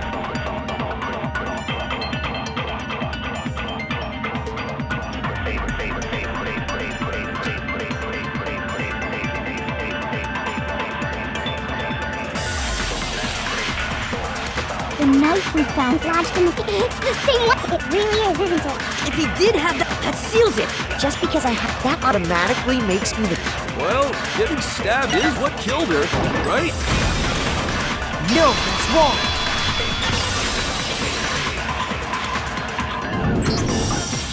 Wait, hold on. The stab wound isn't what killed Mukuro. That should be clear from the description of the cover-up we just heard. Lies! We never talked about what killed her! No, don't you remember? The killer covered the dead body with the tarp and then put the bloody coat on it, right? In other words, the victim never wore that blood-stained coat until after they were dead. Okay, fine. So what? So, when we discovered the body, the knife had been thrust through the coat along with the body. Meaning, if she wasn't stabbed until the coat was put on, and she was already dead at that point, obviously the stab wound isn't what killed her. Maybe you stabbed her twice. Once to kill her and once to cover it up.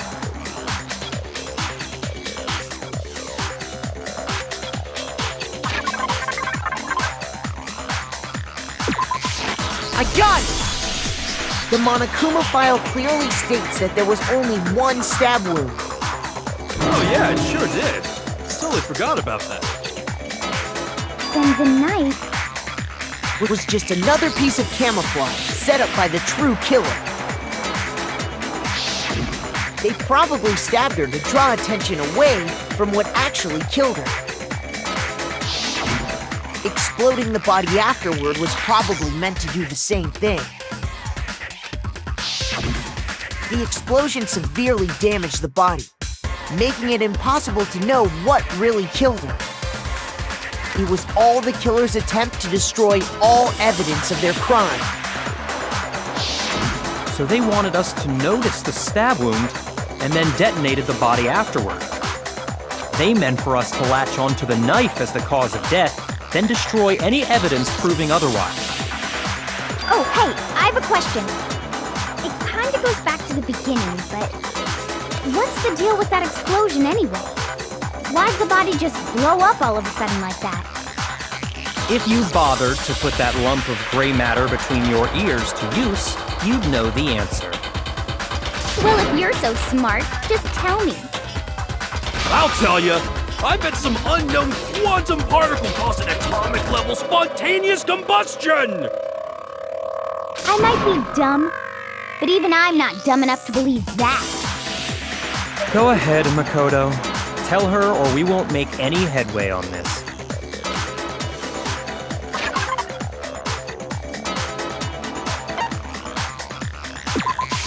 I got it! After the explosion, we found a tiny fragment of something on the ground near the body, right? That fragment reveals the cause of the explosion. Huh? You know, I feel like I've seen something like it somewhere before. That's only natural, because of course, we saw the same thing when we dismantled Monokuma. It's part of a bomb. Oh! Then the explosion was because of the Monokuma bomb. Anyway, the culprit's motive is becoming more and more obvious by the minute. They wanted the knife wound to look like the fatal injury so that we'd suspect Makoto. And the only one who would benefit from that is the only other possible suspect, you, Kyoko. Hold on a second, Byakuya. What's the problem? Well, I just feel like we need to think this through. We still don't know what actually killed the victim. That's true. It's definitely bugging me. What really killed her? Fine. I have no problem with that. Let us continue the debate. It won't change the facts of the case regardless.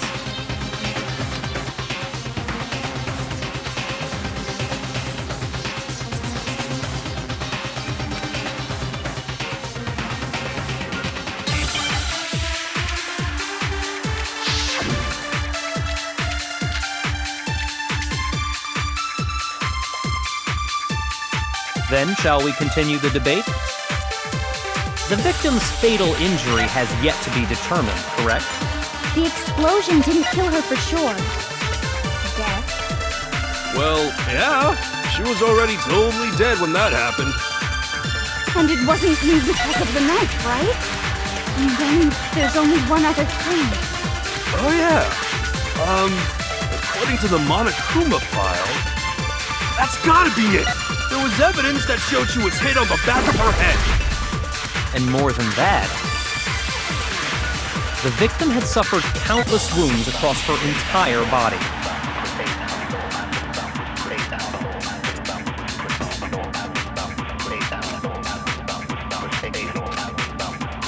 Then, shall we continue the debate? The victim's fatal injury has yet to be determined, correct? No, it's wrong.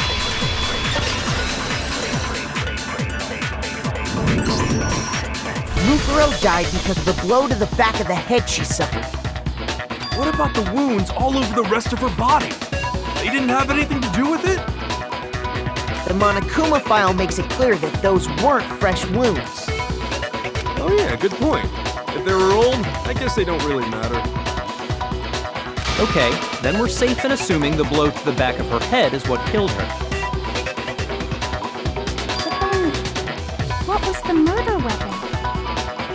The Monokuma file says she was hit with a blunt object, about as thick as a metal pipe. Oh! I bet it was the pickaxe! How is that even possible? If you hit someone with that, it'd cave their skull in completely. Well, maybe they held it the other way and hit her with the handle. No way!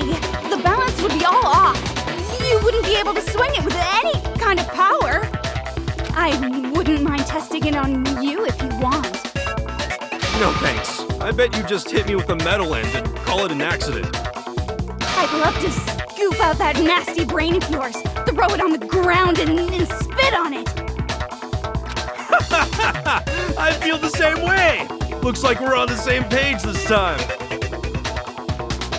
Seriously? We want to figure out what killed her, right? It just so happens we already know. We already know? I knew we could count on you, Master. So what was it?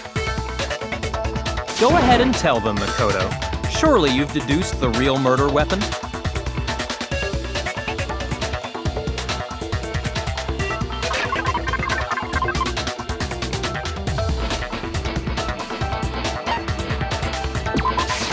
I got it!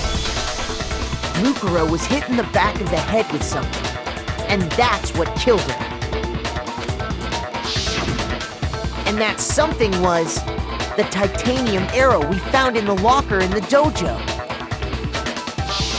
An arrow? That's what the culprit attacked Mukuro with? Indeed. There's no doubt about it. Are you sure? That sounds kinda weird. Hey! How dare you backtalk, Master! You have no right! I'm not backtalking anything. I'm just saying what I think.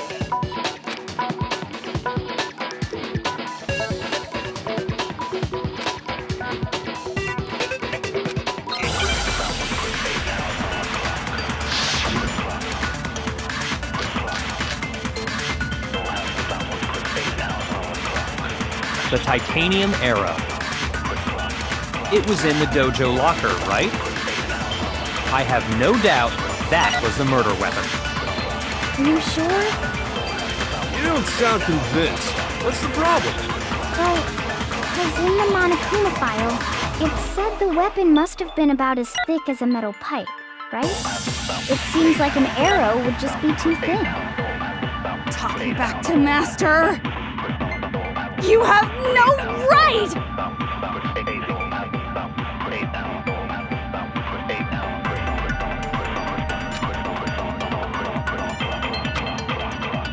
The titanium arrow. It was in the dojo, I have no doubt. Are you sure? You don't sound... Well, because it said the weapon must have been about as thick as... It seems like an arrow would just be too thin.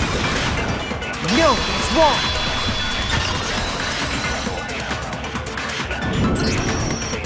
You're right. Just the one arrow would have been too weak. That's why the killer used another weapon. Another weapon? Inside the dojo locker, we also found a balled-up wad of duct tape. The killer probably uses duct tape to bind multiple arrows together. Bundling them together using the duct tape would easily create a single weapon as thick as a pipe. And that's exactly what the killer did. It's similar to Aesop's fable about the bundle of sticks. One stick is weak, but put them together, and they become strong. It's meant to teach cooperation. Damn, that's harsh. How is it harsh? Are you even listening? Anyway, that explains the murder weapon. As for who the culprit is that stashed the weapon in the dojo locker, it was you, Kyoko. I've never been to the dojo. Oh no, you absolutely have. How can you say that with such confidence? Because we have proof, of course. Don't we, Makoto?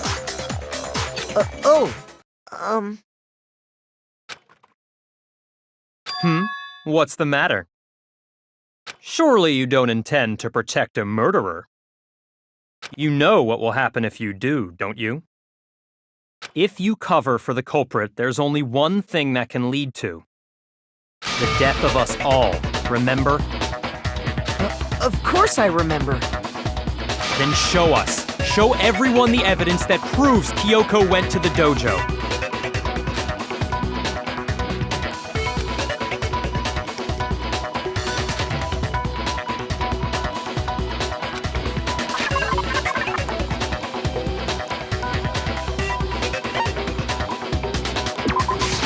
I got it! The one thing that proves Kyoko was in the dojo is... right here. The key to the dojo locker. And how does that prove anything? Because I found it in your room. It was in my room? Don't bother trying to play dumb. That key is just the final piece of the puzzle. Your non-existent alibi, your clear motive, your attempts to frame Makoto for the crime. This all proves that you are the true culprit. You can't explain this away, so just give up. Hold on a second. Not this again. You really are dead set on defending her, aren't you? No, it's not that I want to defend her. It's just... there's one more thing I need to ask her. Kyoko, I want you to tell me something. Last night, you were in my room, weren't you? Why? What were you doing there? That's what I need to know. I was just protecting you. What?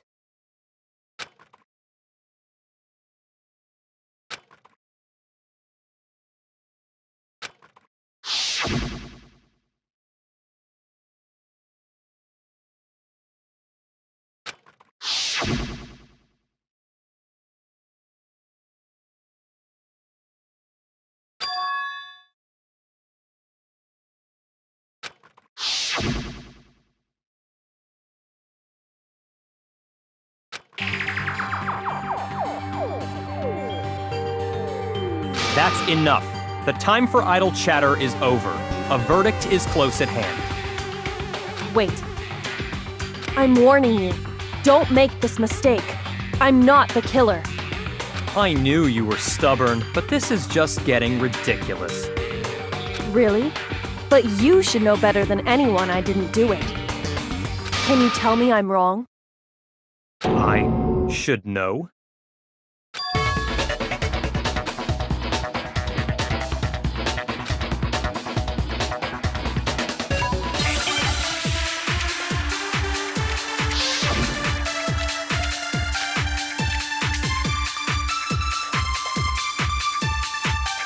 Those words you just spoke, what do you mean?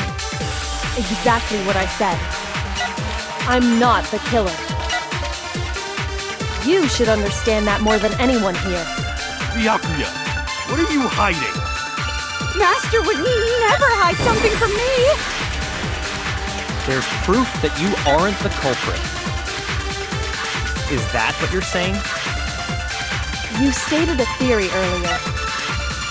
You said I hid the evidence of my crime in the dojo locker, and then left the locker key in my own room, correct?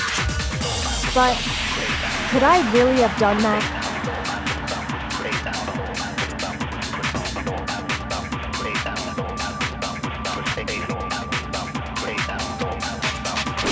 Those words you just spoke, what do you mean?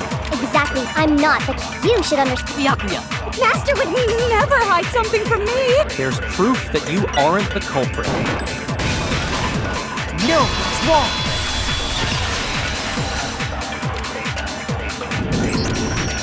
If I'm right, Kyoko wouldn't have been able to get into her room Huh? Why not? because she had given her room key to Byakuya. I see. So that's what you meant. And if I had the key to your room, Then obviously I had no way of getting in. Without my room key, I couldn't have possibly put the locker key in there myself. Am I wrong? it would appear not. Then you're finally starting to understand.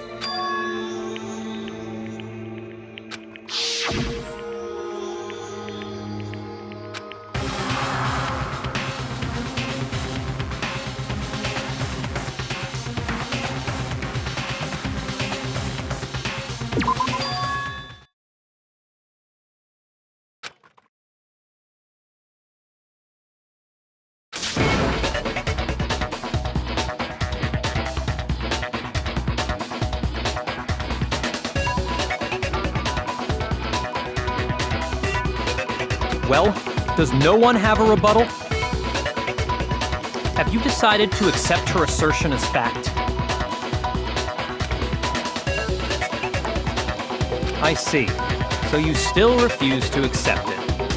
I suppose we have to admit that Kyoko didn't put the locker key in her room, that it was someone else. But who else could it have been?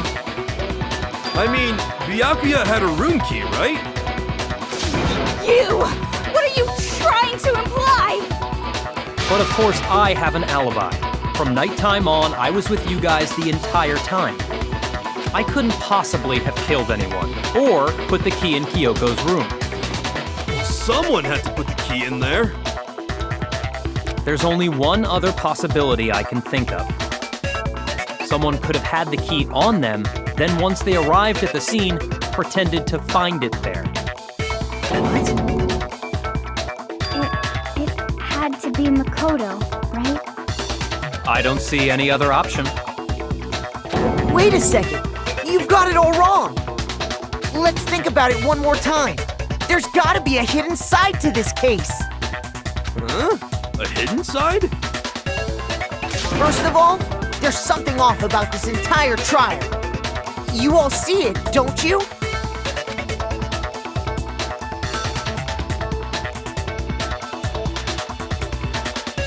Mukuro, who we didn't even know existed, suddenly shows up dead, and then we're thrown into a trial. And Kyoko even said, it's a trap the mastermind set for us. So that's why this has to be... Okay, time's up! Huh? Time's up! Class trial's all over! Everyone can stop talking now! What? Time's up? What do you mean, time's up? There's no time's up. Since when have we... It's because you were late, so we had to push back the start time. So then, it's time for voting time, okay? Everyone, please vote using the lever in front of you! Voting time?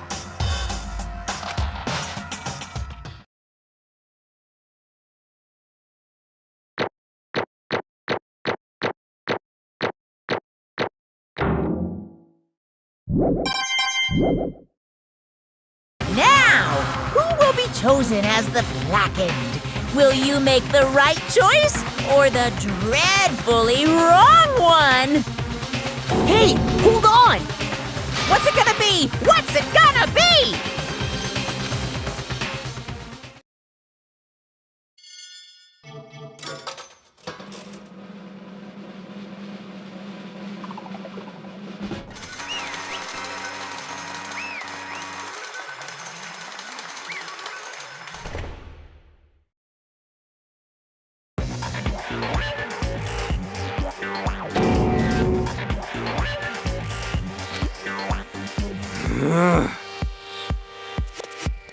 Sorry.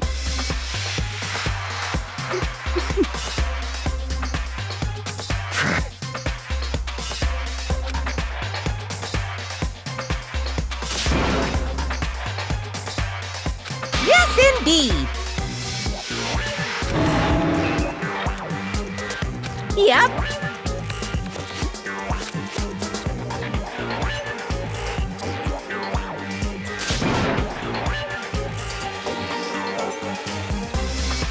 Hey! Shing!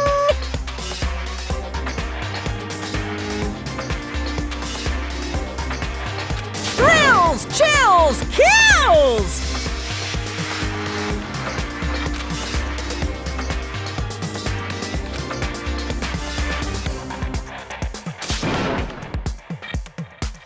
I don't expect you to forgive me. I know this is all my fault. Let's give it everything we've got! It's punishment time!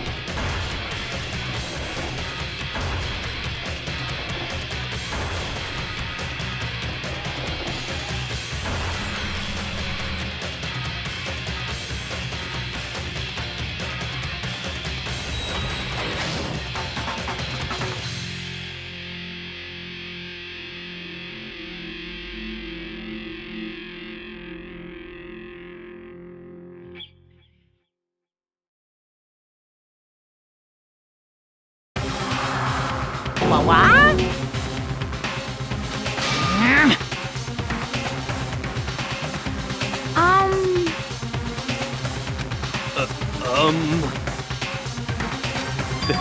This is...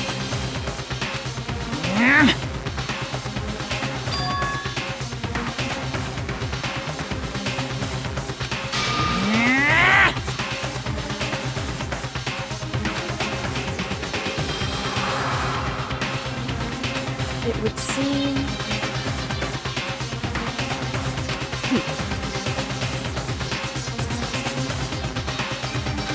What the heck?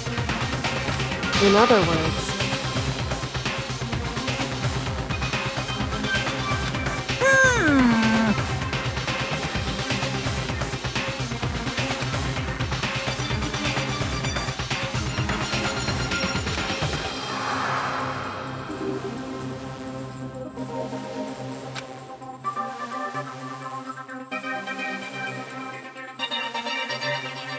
Yaha!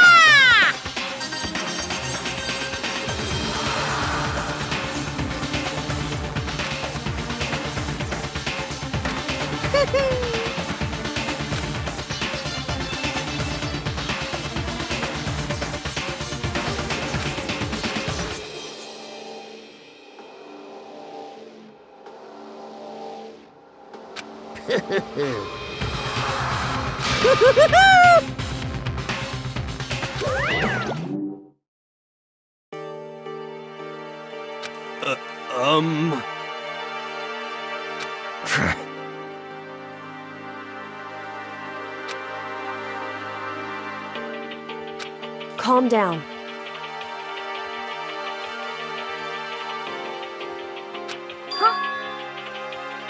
In other words, What did you say? so...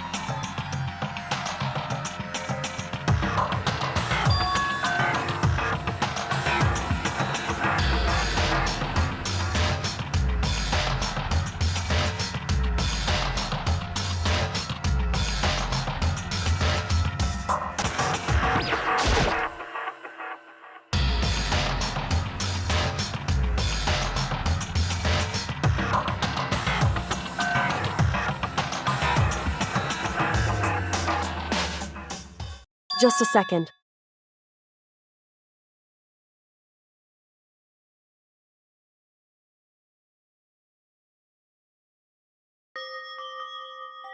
It smells awful. Indeed.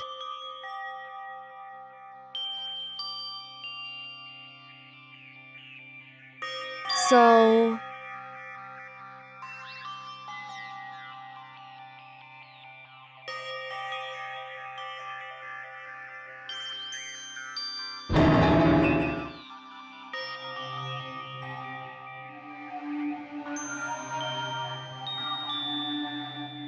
Hey.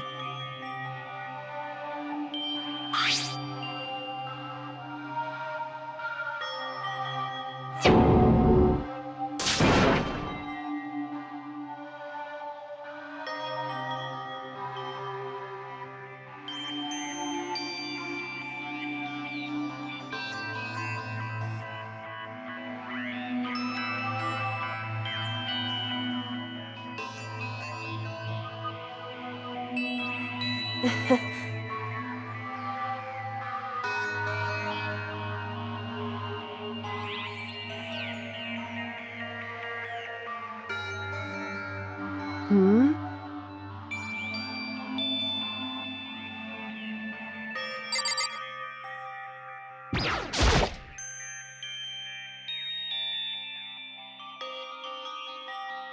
So... You...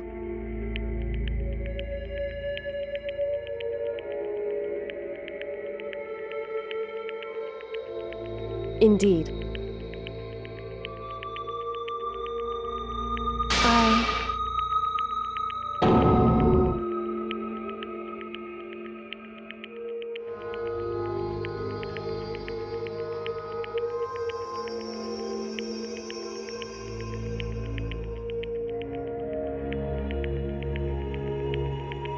However...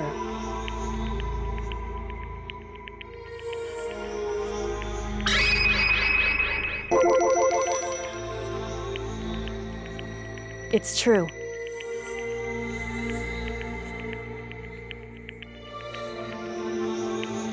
In other words...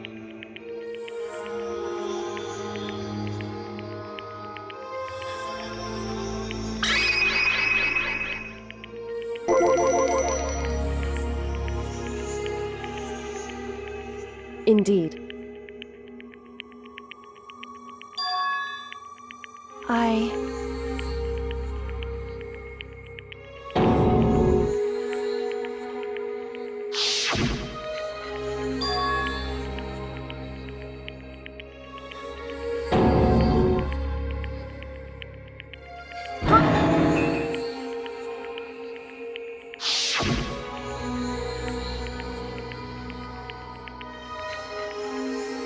Makoto.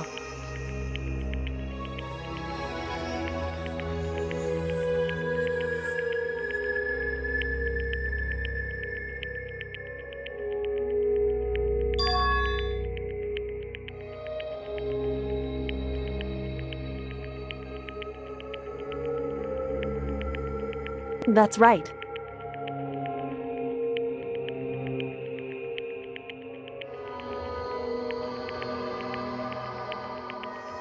It would seem...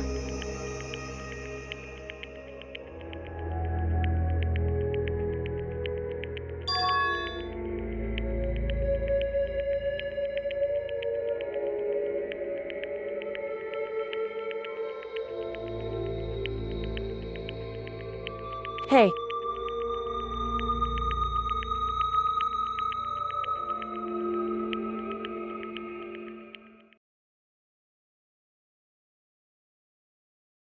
Indeed.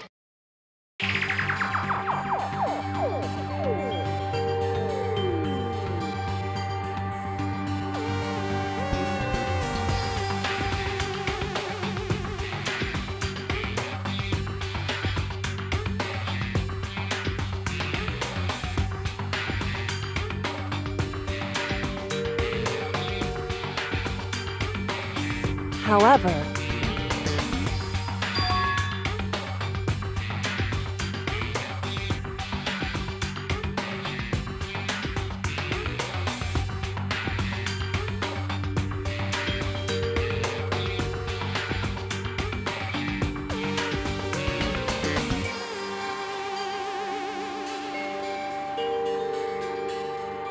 Why is that?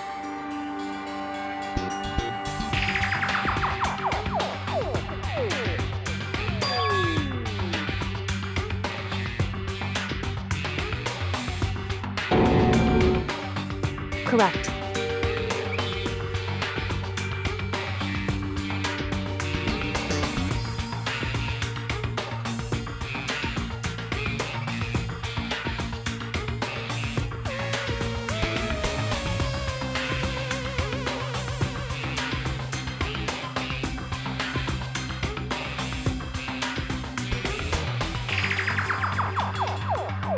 However,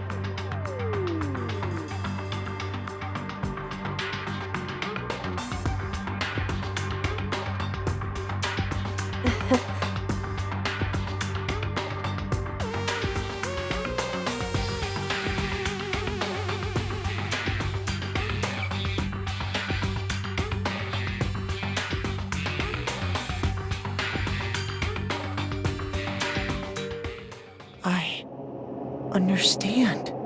I should understand everything.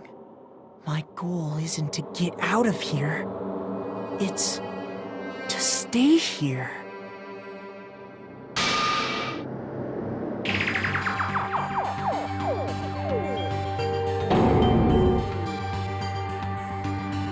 listen.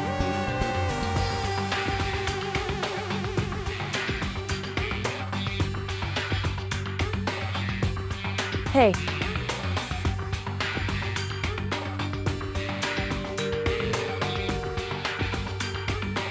Correct.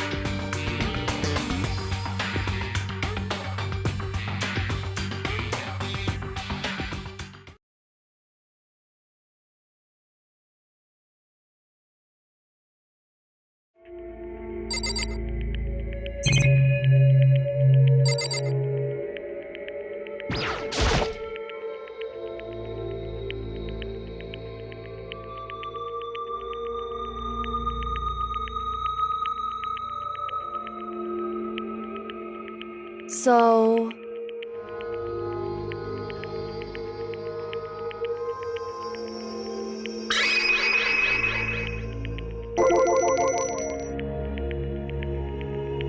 I...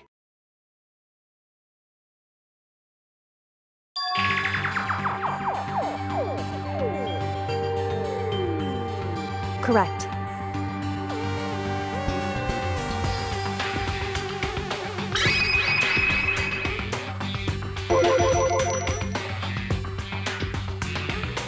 So...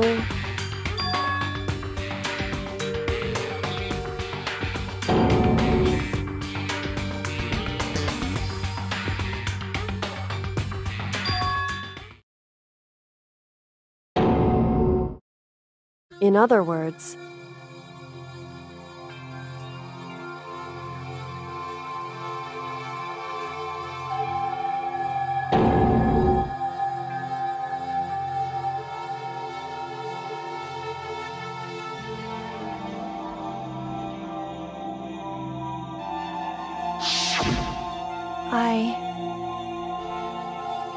Huh?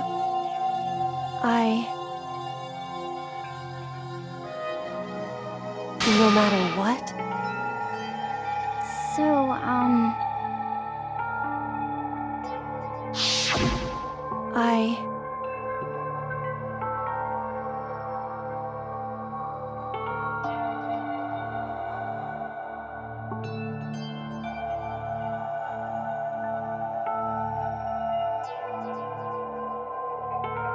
However...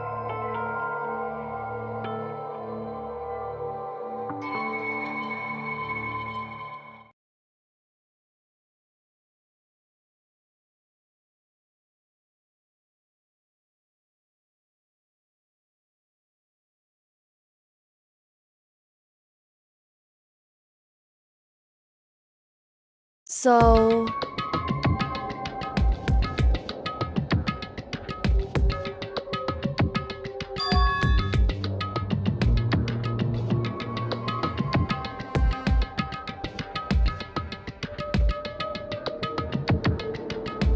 It's true.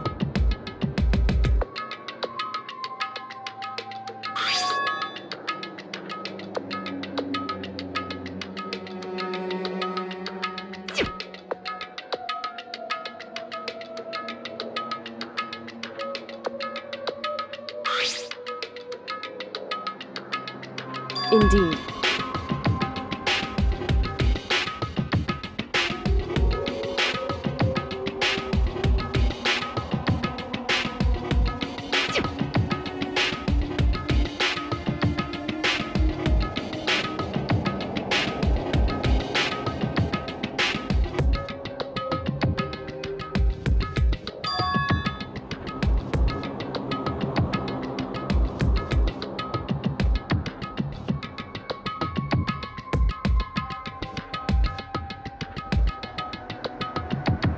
Correct.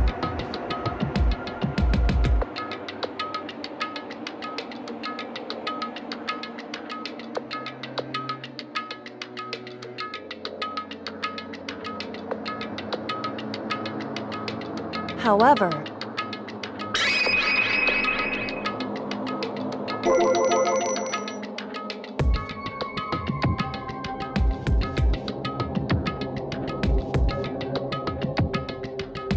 I...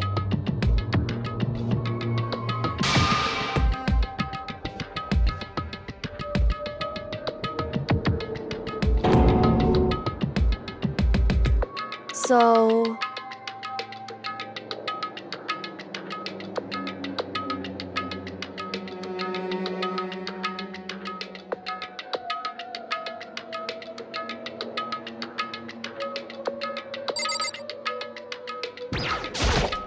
However,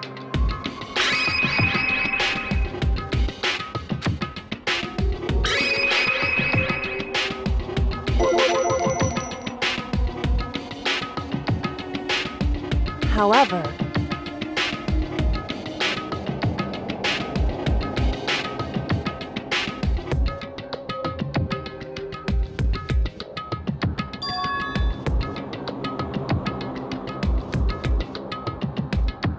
anyway,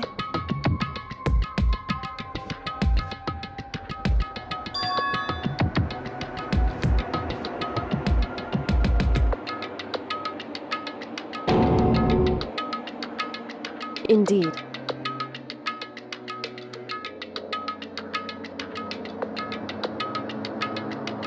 Correct.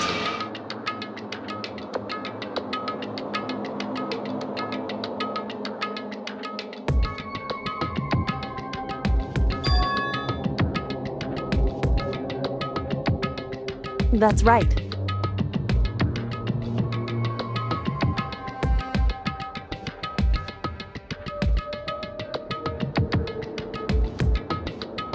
In other words,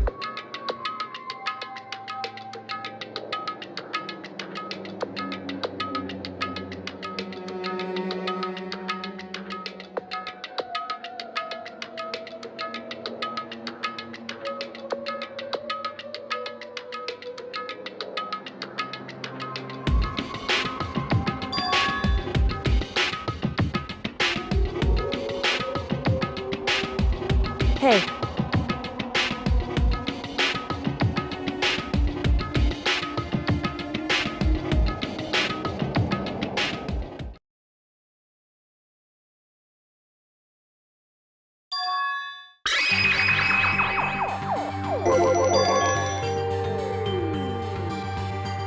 indeed.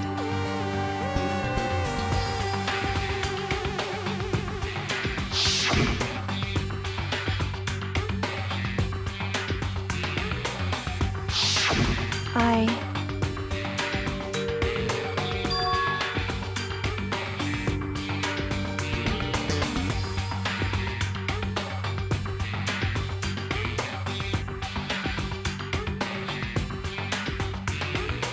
Anyway...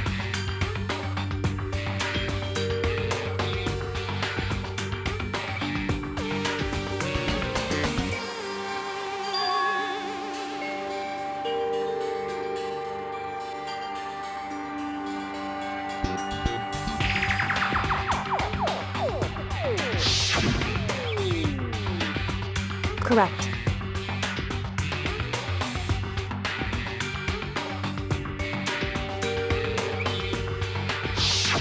However,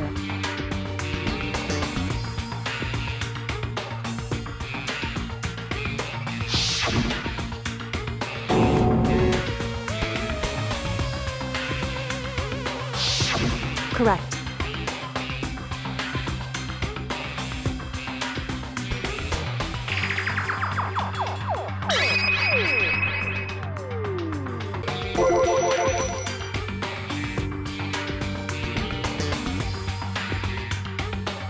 Indeed.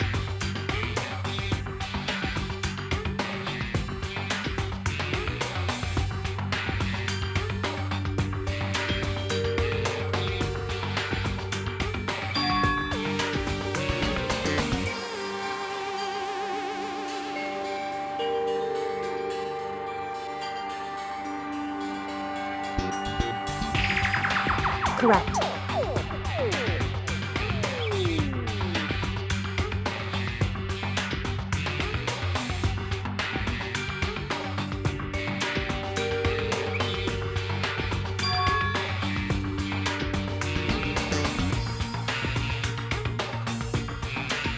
In other words,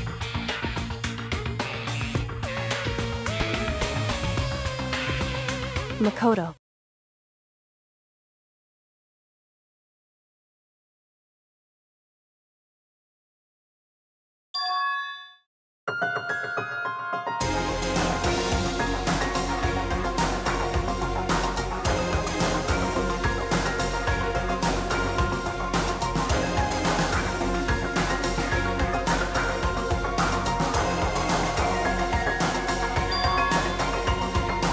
Indeed.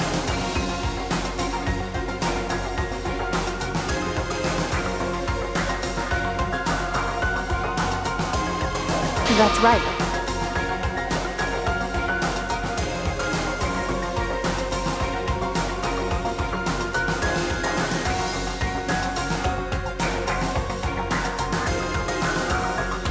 It would seem...